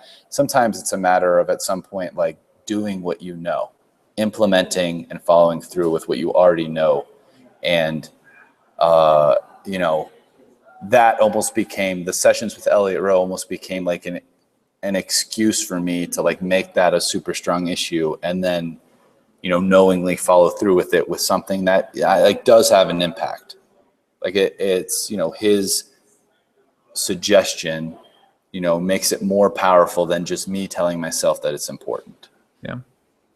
And so, you know, it's not something, I haven't actually done one since this summer, but I think it's something that I will on and off go back to as I feel like it has value, especially like the amount that I have to pay for a session compared to the stakes of poker that I play for. Like, as long as it improves my focus and concentration, like a little bit, like it's obviously worth it. So, Melon head. Melon is like, can you ask him what he thinks about drugs like Adderall or Vyvanse and their legality in live poker? Which has to do a lot with focusing as well. So here's what I think. I think that in general in life, like, rules need to be enforceable. So you should never make a rule that's almost not enforceable, like, oh, you can't take Adderall, because like, who the fuck is going to enforce that rule? Mm-hmm. It's not enforceable, so let's not make the rule. If you want to take Adderall, take it. I've taken Adderall occasionally. Like, I've actually used it more as like, hey, I'm playing a 40-hour session of like nosebleed poker, or, you know, not 40, but I'm like 20 hours into a session. It doesn't look like the game's going to end. I'm 30 years old. Coffee doesn't really work anymore. I'll take an Adderall. So I've used it more as like a stimulant to stay awake. That said, I've met plenty of people who are fucking addicted to Adderall, and it's ruined their life because they start taking it every day and they feel like they need it to play on it. And in general, I just don't believe in taking drugs regularly. I think taking drugs are not good. Drugs are in general not good for you. Usually the side effects and things that are bad are worse than what it does. And, you know, I would just never take it regularly because I believe it's overall more unhealthy than it is healthy. That said, and that said, I don't think it gives you nearly like an advantage enough to, like, you know, outlaw it. So, you know, I just don't think it should be outlawed. And, you know, in the order of the reasons that I gave. Like, first and foremost is the enforceability thing. Yeah. But yeah. So, you know, and what else do I think? Like, you know, I think, you know, I've tried some different drugs, and I think that drugs can be useful. Like, you know, I have taken LSD. I think LSD is an awesome drug that once a year or something can help expand your mind and be cool. But yeah, like, in general, taking drugs are not good for your brain, and you shouldn't do it on a regular basis. And if you do, you'll probably fuck yourself up, and that's not good. And, you know, I use my brain to, like, make my living. Yeah. So the last thing I'm trying to do is fuck my brain up. But, you know, do I think that taking LSD once a year probably has more positive, beneficial effects for me, thinking about things in different ways and kind of expanding my mind? Yeah, I do. And, you know, that's one of the reasons I go to Burning Man. So I haven't tried LSD yet, and that's definitely what I hear from a lot of people when they talk about their experience with it. Is that it? LSD is like similar to mushrooms, but like a little bit less visual. And it's probably my favorite of all of them. But yeah. So I haven't actually done a lot. Like, I've never done coke. I've never done anything super hard. It's basically that, mushrooms, and Molly. Those are pretty much the only hard other than marijuana, which is probably the least drug of like any drug, in my opinion, sort of less than alcohol and a lot of pills and stuff. But, you know, I'm a believer in like everything in moderation. So don't do anything too much. Like, doing everything once in a while is okay. Like, I generally don't drink that much anymore. I don't smoke much at all. When I do, it's like very light. And, you know, I pretty much don't do anything outside of Burning Man, which, I'm going to be honest, I do stuff at Burning Man, but that's kind of like, I go there to have that experience and leave it there, and then come back to my life and try to be functional and protect my brain and do healthy things and not do that. But yeah. Kagdemeyer says, I won't let my kid watch this. Okay. I hope not. I don't know why your kid would be interested. I know. Like, I don't think I have. Talking about, why would your kid be watching this anyway in the first place? Yeah. Your kid stopped watching an hour ago. That's your kid stopped watching 1 hour and 45 minutes ago. Your kid didn't tune in, I don't think, man. Yeah, and my language probably isn't wholly appropriate for your child, but, you know, that's all good. My buddy Cosmo asked, Cosmo, you're just full of questions today, buddy. He says, what does Mr. Rast? Yeah, so I did. What did Mr. Rast think about Amaya killing Poker Stars? So I did say in the email when we were talking that I might discuss this a bit, but dog, Yeah, I just told people to do something. Hey, Kill guys. him! Guys. Don't kill him. Don't kill him. Super loud on this. You got to put Gucci somewhere. Don't kill him. Who names their dog Gucci? I mean, what the fuck, right? All right. That was, there's people here, so he said that one soft. All right. Yeah, John says, what does Mr. Rast think about Amaya killing poker stars? Did you get a chance to read any of that since I told you about it? I didn't. I mean, I know that they basically cut down the Supernova Elite and stuff, and I don't know why it's going to go. I mean, I'm sort of not really in tune with the online economy like I used to be and everything. I mean, it's like in order to give a good answer about this, I'd have to be more informed than I am now. And I feel like anything that I'd say about it right now is mostly just going to come from a place of ignorance. And it'd be all like speculation. Yeah. I don't really know what I would say, and I could guess, and it would mostly be dumb. So I'm not going to do that. That's all right. I think we had Ansky on the podcast, Donnie's here yesterday, and he said more than enough, I feel like, to. What did Donnie? I mean, I think Donnie's a pretty smart guy. So what did Donnie have to say about it? He was pretty. I mean, he's obviously pretty upset because they're taking away rakeback for 5, 10, and above. Obviously, for Donnie, that's his main stakes he plays. So they're essentially taking away $50,000, $60,000, $70,000 a year that he's been. I mean, that's what you're raking. If you're raking 700K BPPs, you're making about $50,000, $60,000, $70,000. So now if you're playing 5, 10, and above, you're making none of that. So yeah, I think he's obviously very passionate about that change. And I mean, that's actually, I mean, that's like a decent amount of money for like a 5-10 or 10-20 player for sure. I mean, yeah. So, I mean, if you're playing nosebleed stakes, it's a little bit more marginal, but yeah, for like 5-10, 10-20, that's a lot of money. I think it's just the overall direction what Stars is doing. It's like they make these changes now, what comes down the road. It sort of feels like to a lot of people the effects that their changes are going to have in the poker economy are going to trickle down everywhere. Other sites, to live poker, to tournaments, and that's sort of, I think, what a lot of people's biggest worry is. I mean, my question would be, how is this going to trickle down to live poker? I feel like live poker is reasonably separate from what happens on PokerStars.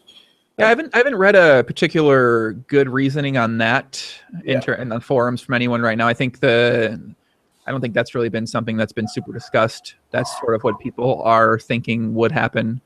I think it's more of a online tournaments, rather online play in general, other poker sites.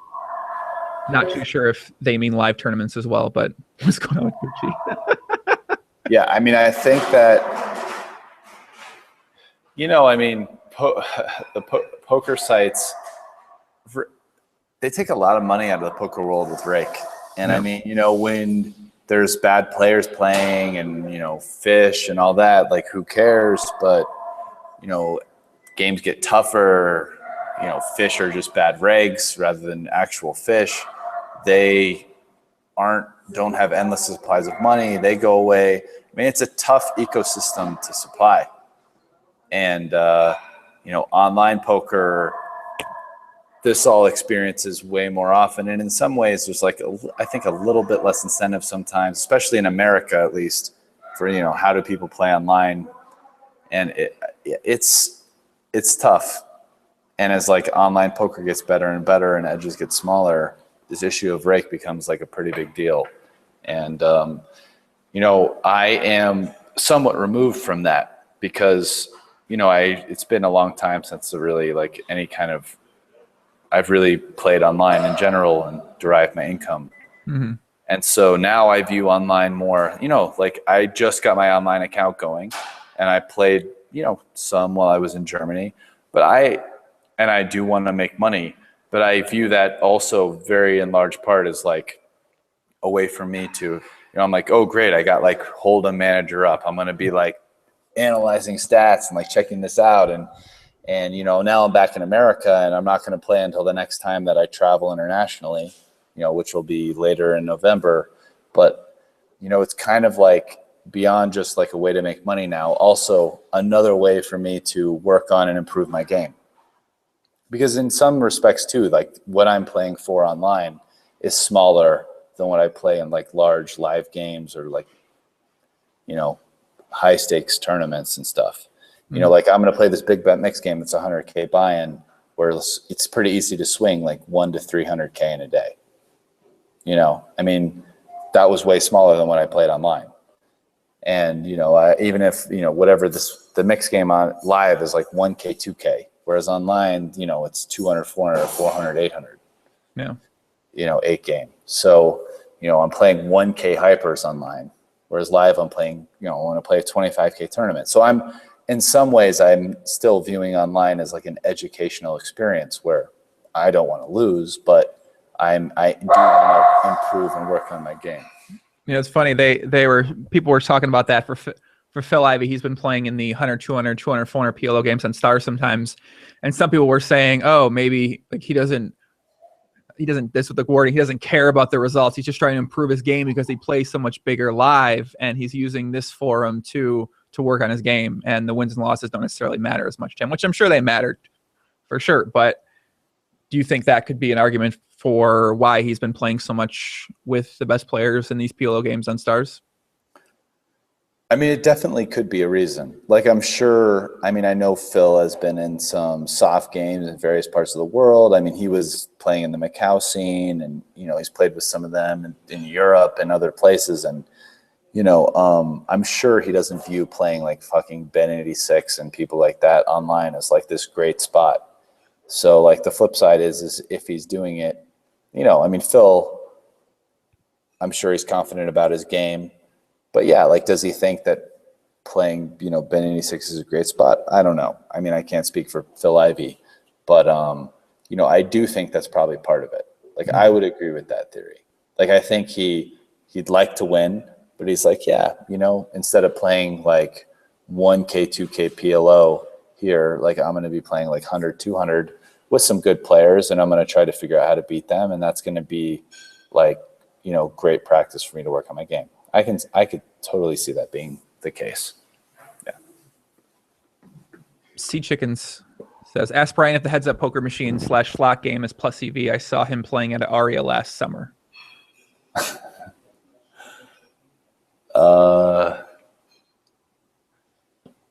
Yeah, I think it is. I think okay. anybody want to bet me?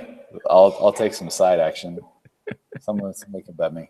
Although I do think it's gotten tougher but yeah. It's been learning. The machine's learning. Who knows? I mean, it's possible that from one year to another year, they could always update, or maybe there's difficulty setting. I don't know. But I will say this. I'll take side action if somebody wants to book me. So, I don't know. I mean, fuck, I don't play. Do I play Limit Hold'em? I don't know. But you could book me. Come to Vegas. You could watch me if you want, you know. Book me. Straight Flush says, if you have time, ask about Dwan in the big Macau games. Current status, did he ever stake him? Yeah, Tom Dwan's is like a mysterious person in poker. He was so like in the poker center of everything, television, online for so long, and now he's just disappeared. Everyone's like, where the fuck is Dur at? Like, the Jungle Man thing happened, and we never see the guy. He's stuck in the Manila basements or something. I don't know what's happening. It's I mean, I know that I don't really know what's going on with some of the like huge Macau games anymore. It's like I know that like Paul and Richard, they were running the Star World game, and that game was slowly dying. And then they got in the whole like fiasco in the US and with the gambling thing during the summer, and, you know, house arrest. And, you know, Tom was playing in some of the really, really, really big games in Macau.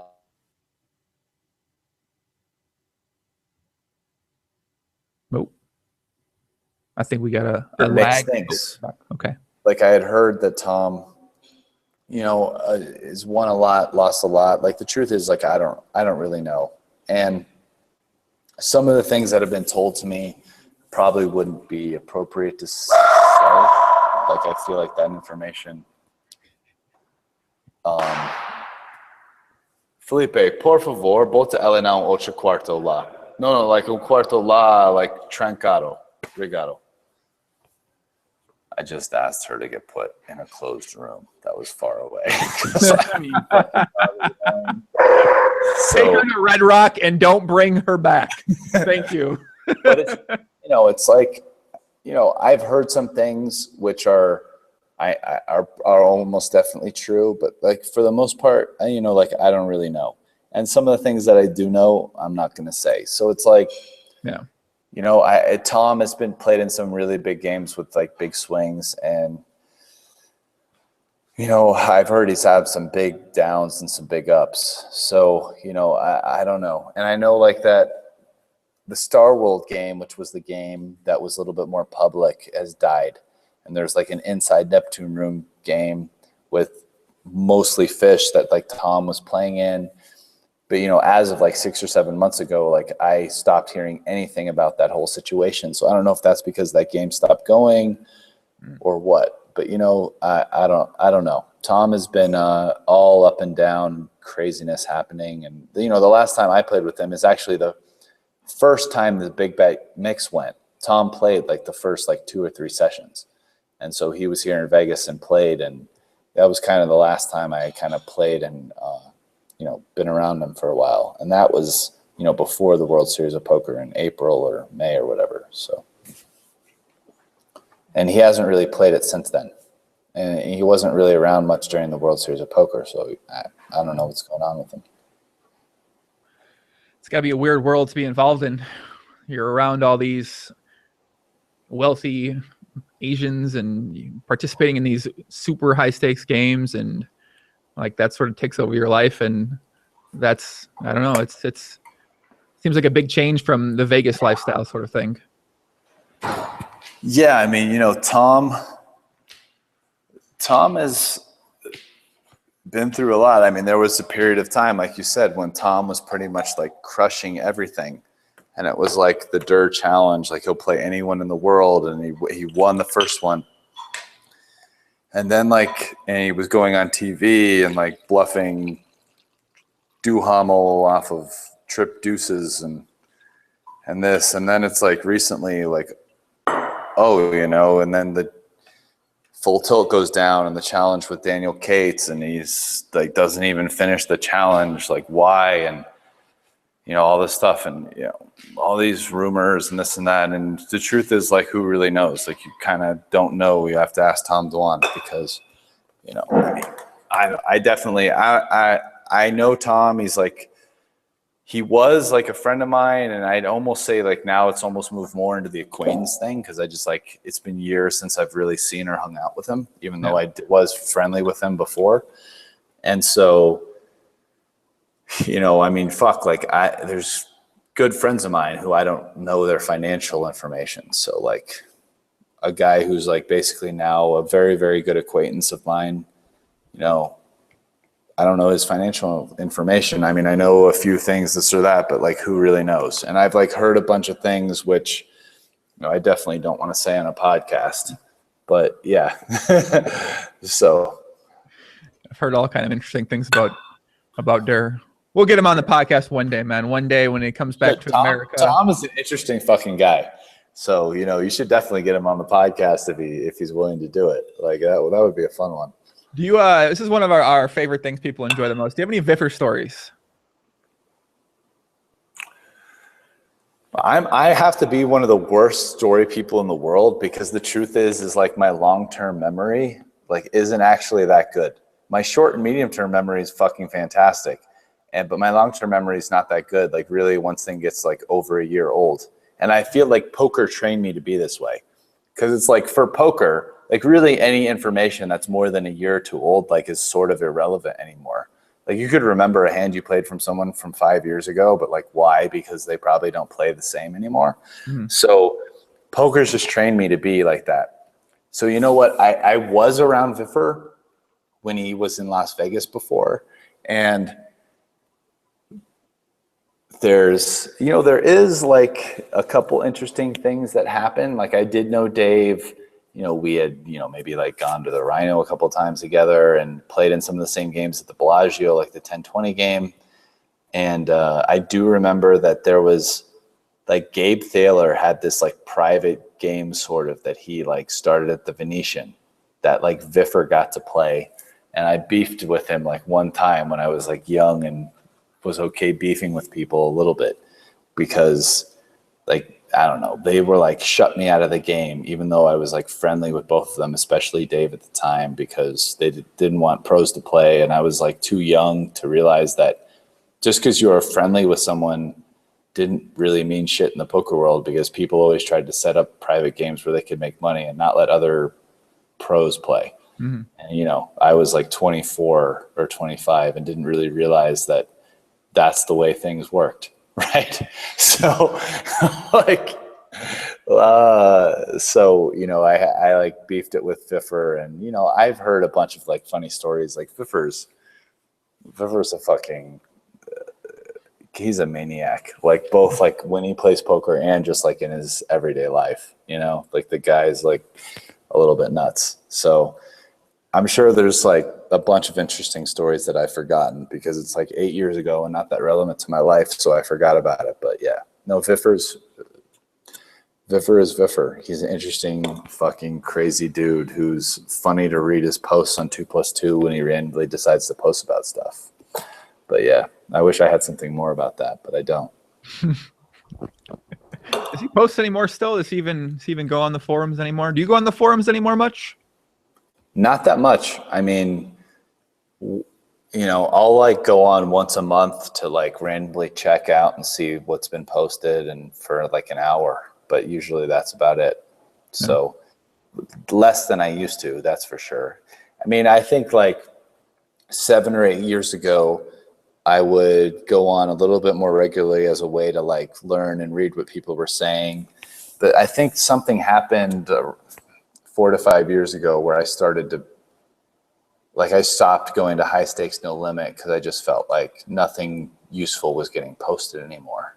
Yeah. And would just go to NVG to get random gossip shit.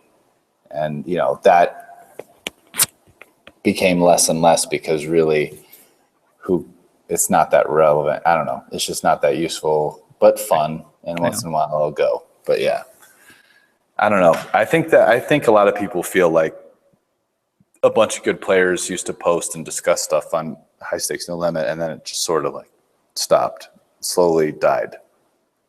And then I don't know. Do people still go to High Stakes No Limit and there's still good shit posted on there? Yeah, no, right. So. That's what happened. No. Yeah. I mean, there's a bunch of really good players who used to post on there. You know, I don't know. Name like a guy who played High Stakes online and they like used to post on there. Ansky, we talked about Durr. You know, we've talked about Phil Galfond. Like all these guys used to post on there. So, and then everyone just kind of stopped for one reason or another. Yeah. So, if you guys have any questions for Brian, we'll take them. Let's find some good ones here. No, I don't want to. This is it. This is the last of the bottle of wine.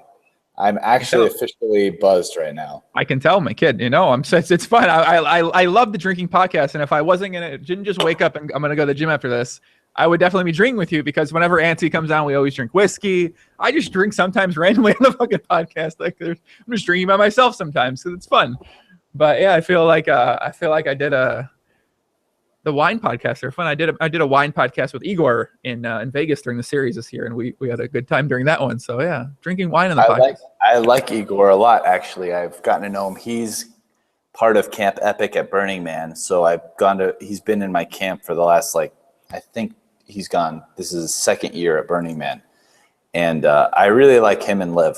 I mean, they're a lot of fun. I've spent some time hanging out with them, and I love them because, Liv did physics, and I'm like... Oh, yeah, she's really into the science fiction, science type stuff, too. I'm not so secretly a huge science nerd who reads a bunch of science and physics stuff. And so, you know, and Igor's also kind of into that stuff, and plus they're fun and a little bit crazy, but yeah, I like both of them. So, yeah, you know, maybe next time. I mean, this is kind of fun. I'm going to be honest, I haven't watched one of your podcasts before, but this is fun and different. Like maybe I'm going to check some of them out. You've had some good people on. Igor, I'll have to maybe check that out. You drinking with Igor, that could be fun. Yeah, we're drinking together in Vegas. You're like you're a way above average interviewer.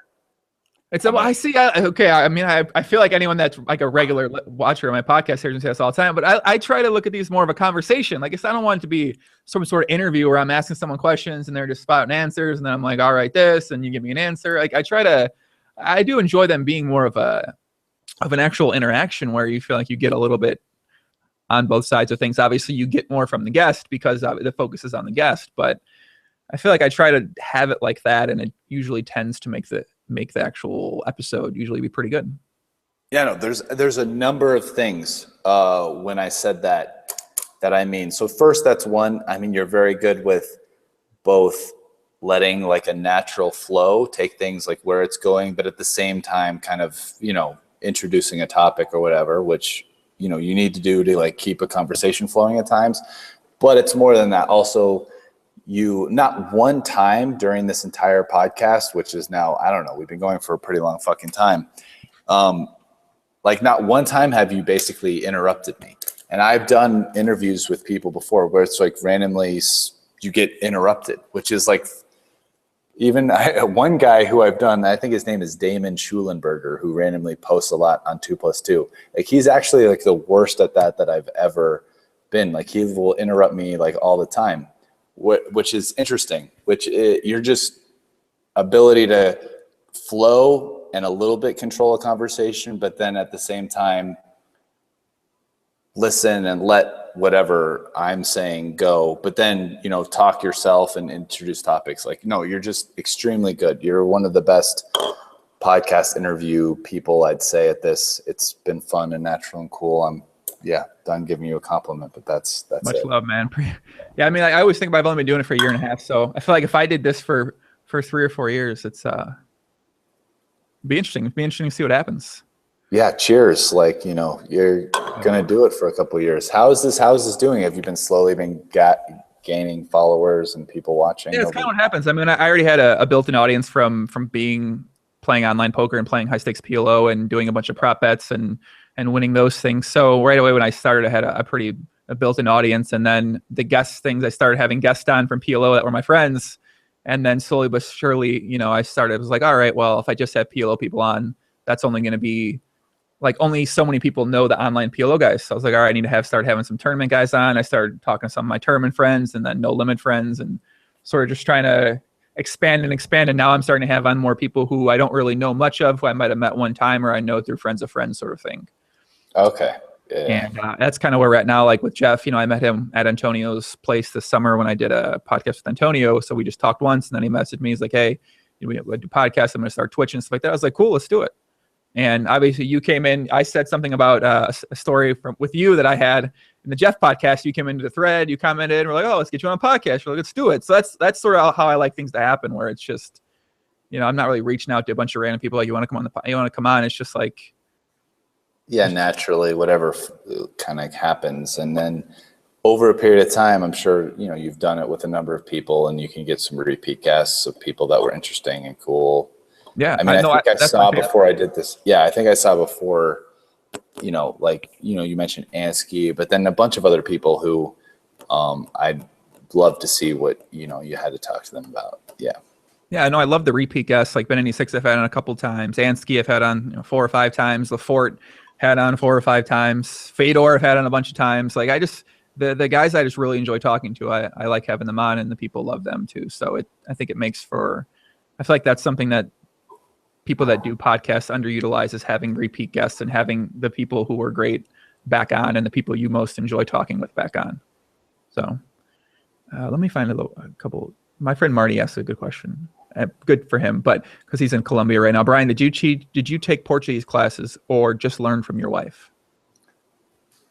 Yeah, no, I didn't take any Portuguese classes, and I bought Rosetta Stone, but probably used it for a total of like 3 or 4 hours. I mean, really how I learned was going to Brazil and being in an environment where,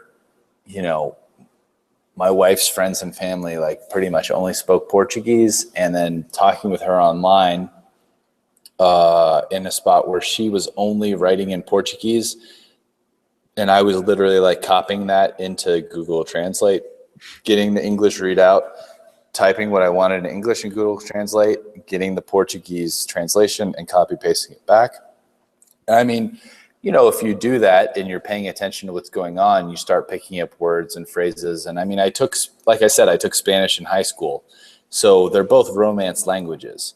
So it turns out that, like the structure of the sentences and, the way, you would position the words, and even like the idea of having different, the different tenses of the verbs, or however you conjugate the verbs, being like the me, we, she, he, whatever, like that's similar in Portuguese as well. And so it, like stuff like that just like kind of started to click, and I just kind of learned that way. But no classes, pretty much no learning tool, just like talking to her online and then going to Brazil and like being with people that were talking. I mean, that's, yeah, immersing yourself. I mean, that, call you Poppy? She has called me Poppy before, but it's not a regular thing. But it has happened. But it's like very, very. It's only happened a couple times. It's not a normal thing. Oh my God! If I dated a Brazilian or Colombian, she'd have to call me Poppy all the time. Yeah. You might have to suggest that. Now that we're talking about it, I don't know. My wife would probably make fun of me if I suggested that to her. You're like, yo, I'm not fucking Colombian. What's wrong with you? Are you seeing some kind of Colombian girl or what? I'd be like, no, whatever. No. Someone told me on a podcast, she'd be like, right. Yeah, blame it on me. Blame it on me. It's fine. I'll take the blame for it. Ryan. Let me see your phone right now. You're like, yeah, I imported you to America. You're in this house. You have to decorate the house, and I'm out there hanging out with Colombian women in Vegas. Doesn't seem. I don't know. I don't believe that. Yeah.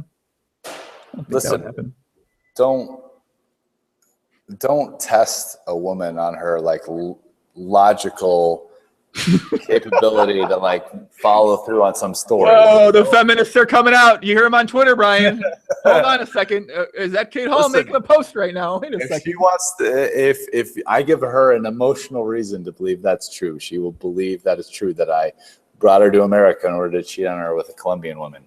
All right? I mean, no. God damn, the feminists are already posting about this on 2+2. I'm not going to ask her to call me Poppy. Let me put it that way. That's not really even a Portuguese word, okay? Oh my gosh. Thank God Brian does not post on Twitter more. He'd be angering the feminists. Yo, I love my wife. She's a woman. I love the feminine. You love your wife, yes. She's the only woman for you. Forever and always, correct? Forever and always. I agree completely. Aaron says, what restaurants in Vegas are your favorite?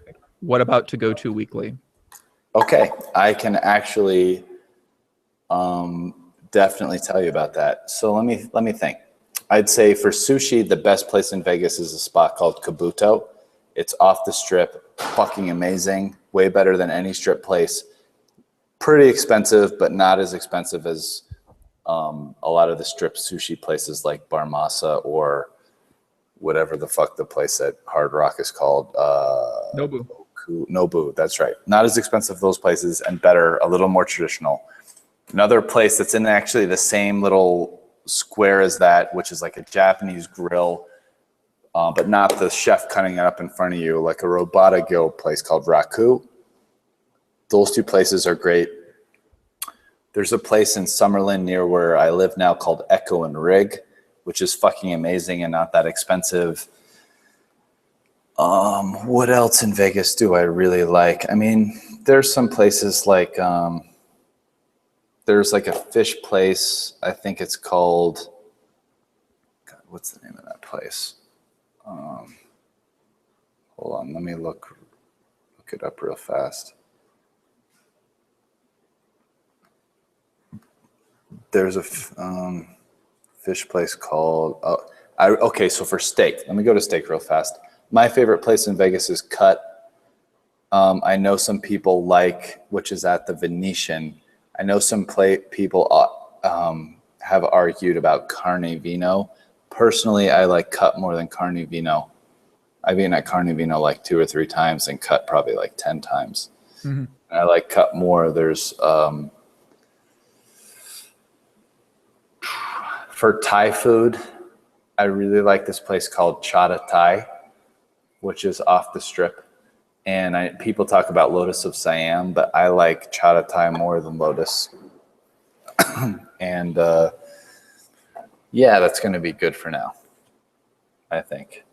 That'll have you upset. I have to definitely check out the Kabuto place because Donnie's there, and he's a huge, the biggest sushi person I've ever met, and he says that's a very good place to go to. So definitely going there on my next Vegas trip. Do you have any poker plans coming up here? So you got the 25K, you got a couple cash games, you're going to Brazil. What's the plan after that? Yeah, cash games, Tommy tournament, 25Ks in Brazil. We're actually going. This is the first time I'm going to Brazil for poker. I'm going for the WSOP. Well, it's a little bit facetious of me to say I'm going for poker because yes, I'm going for the WSOP and that's a poker thing, but I'm really going for all the poker related things that might be connected to the WSOP. Like after all, I have a Brazilian wife and I speak Portuguese, and I'm hoping that if I go down there, somehow I'll be able to ingratiate myself into the Brazilian poker scene by either, getting into a Brazilian home game, meeting someone in Brazil who's like, hey, Brian, you're a well-known poker player. Maybe we can do business with you or something. Or, I don't even know. So I'm just going down there to kind of like see what's going to happen. Because honestly, I would never travel this far to go to, like it's like I think like the biggest tournament's like 10K reals, which is like 2,500 or I don't know. Whatever it is isn't very big. And I would never travel that far to play a tournament like that. So, but this is great. You're just getting progressively more and more drinking more and more. Your answer, your body language now is open up completely. I've had a whole bottle of wine. Like, what do you want? Good. It's great. I love it. It's awesome. It's fun to watch. I'm enjoying this. I mean, I've never played an EPT up until the WSOP Europe. I've never even gone to Europe for a tournament. So I would never go to Brazil for like a 3K US tournament. But you know what? Maybe I'll find someone in Brazil that loves me and wants to do something with me, because poker's blowing up down there. It's getting bigger and bigger every year. And so I figure it's worth my time to go down there and see what's going on. The tournament, I'm sure will be pretty soft as far as tournaments go, and we'll see what happens, And I'm figuring it's like 60% that nothing that was really worth my time is going to happen, but 30-40%, something happens, and I'm really glad I went, and I end up getting involved in something that is good for me, my career, making money, whatever, in poker. So down there. A couple people say don't die in Brazil, please, or get kidnapped and held for ransom. Well, I've been to Brazil at this point many, many, many times. So that's not a threat. We hear about that a lot. I've been to Brazil at least 20 times, and I have not been robbed once or kidnapped or held for ransom, or I have had my organs cut out. I've had my organs cut out and sold on the black market for money or nothing. Oh boy. So everything good so far. Okay. Well, let's hope this stays the same then. I mean, listen, here's what I'm going to say. In all honesty, Brazil is a pretty awesome country. Like, there's not that many places you can go in the world where you're like, okay, so the food is very good. The beaches are awesome. The music is cool. The women are fucking gorgeous. And it's like, there's plenty of places that Rio is somewhat expensive and more on like a European type of level, but many other places in Brazil are not that expensive. So you go to other places that are also beautiful and, less, not like super cheap, but not that much. And, like how much more do you need for a place to like go visit? Like Brazil is legitimately a fucking awesome place. And if for sure, if you're like a single guy and you like have some money and can travel around and you might be, because you're watching this podcast, and you're a poker player. I do know how to speak English. You should probably go to Brazil.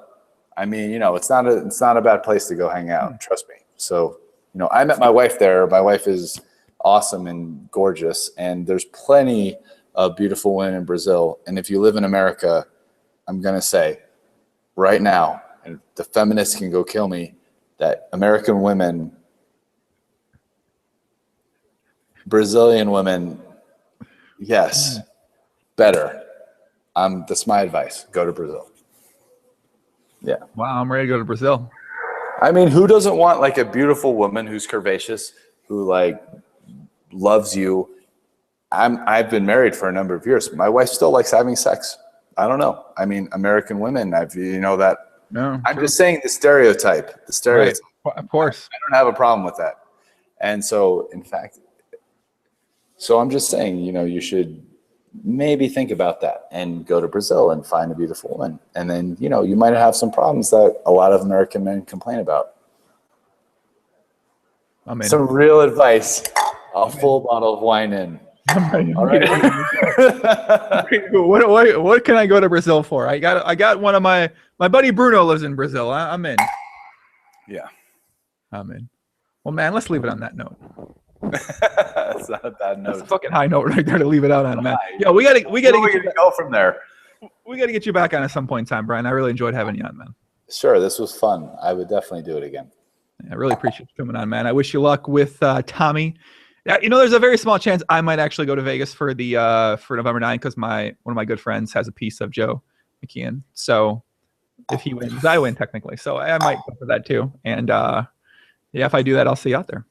Yeah, I mean, if you go, then definitely I'll probably see you at the final table, and I'll come say hi, Joe. I promise. Cool. All right. Sounds good. Brian, thanks for coming on, guys, in the chat. Thanks for all the good comments and questions. We had a lot of good stuff, a lot of stuff I couldn't get to today. If you want to interact with Brian on Twitter, it's at TSARRAST, correct? 2 R's. TSARRAST. Yes. How do you say that? Rast. Oh my God, I've been saying it wrong all the time. All right, Rast. I've never said Rast in my life. Last name Rast, Tsar, one of the 3 ways of spelling king in Russian. A very good friend of mine in high school randomly thought of that and was like, hey, this would be a really cool whatever, I don't know. And basically I just used it since then for stuff like my poker screen name. Cool. Well, guys, I'll be back. Actually, this is a quick turnover. I'm going to be podcasting on Wednesday, which is technically tomorrow at 4 p.m. Eastern with my young friend Kate Hall, who loves debating everyone on Twitter from Danny Negreanu to Lyman to literally every person. So I'm excited to have her back on. It's actually technically today. It technically is today. Yeah, it is technically today. We did this late, so yeah, it's technically in about. I'm only a bottle of wine down. I don't know what your excuse is. You know what I'm saying, Joe?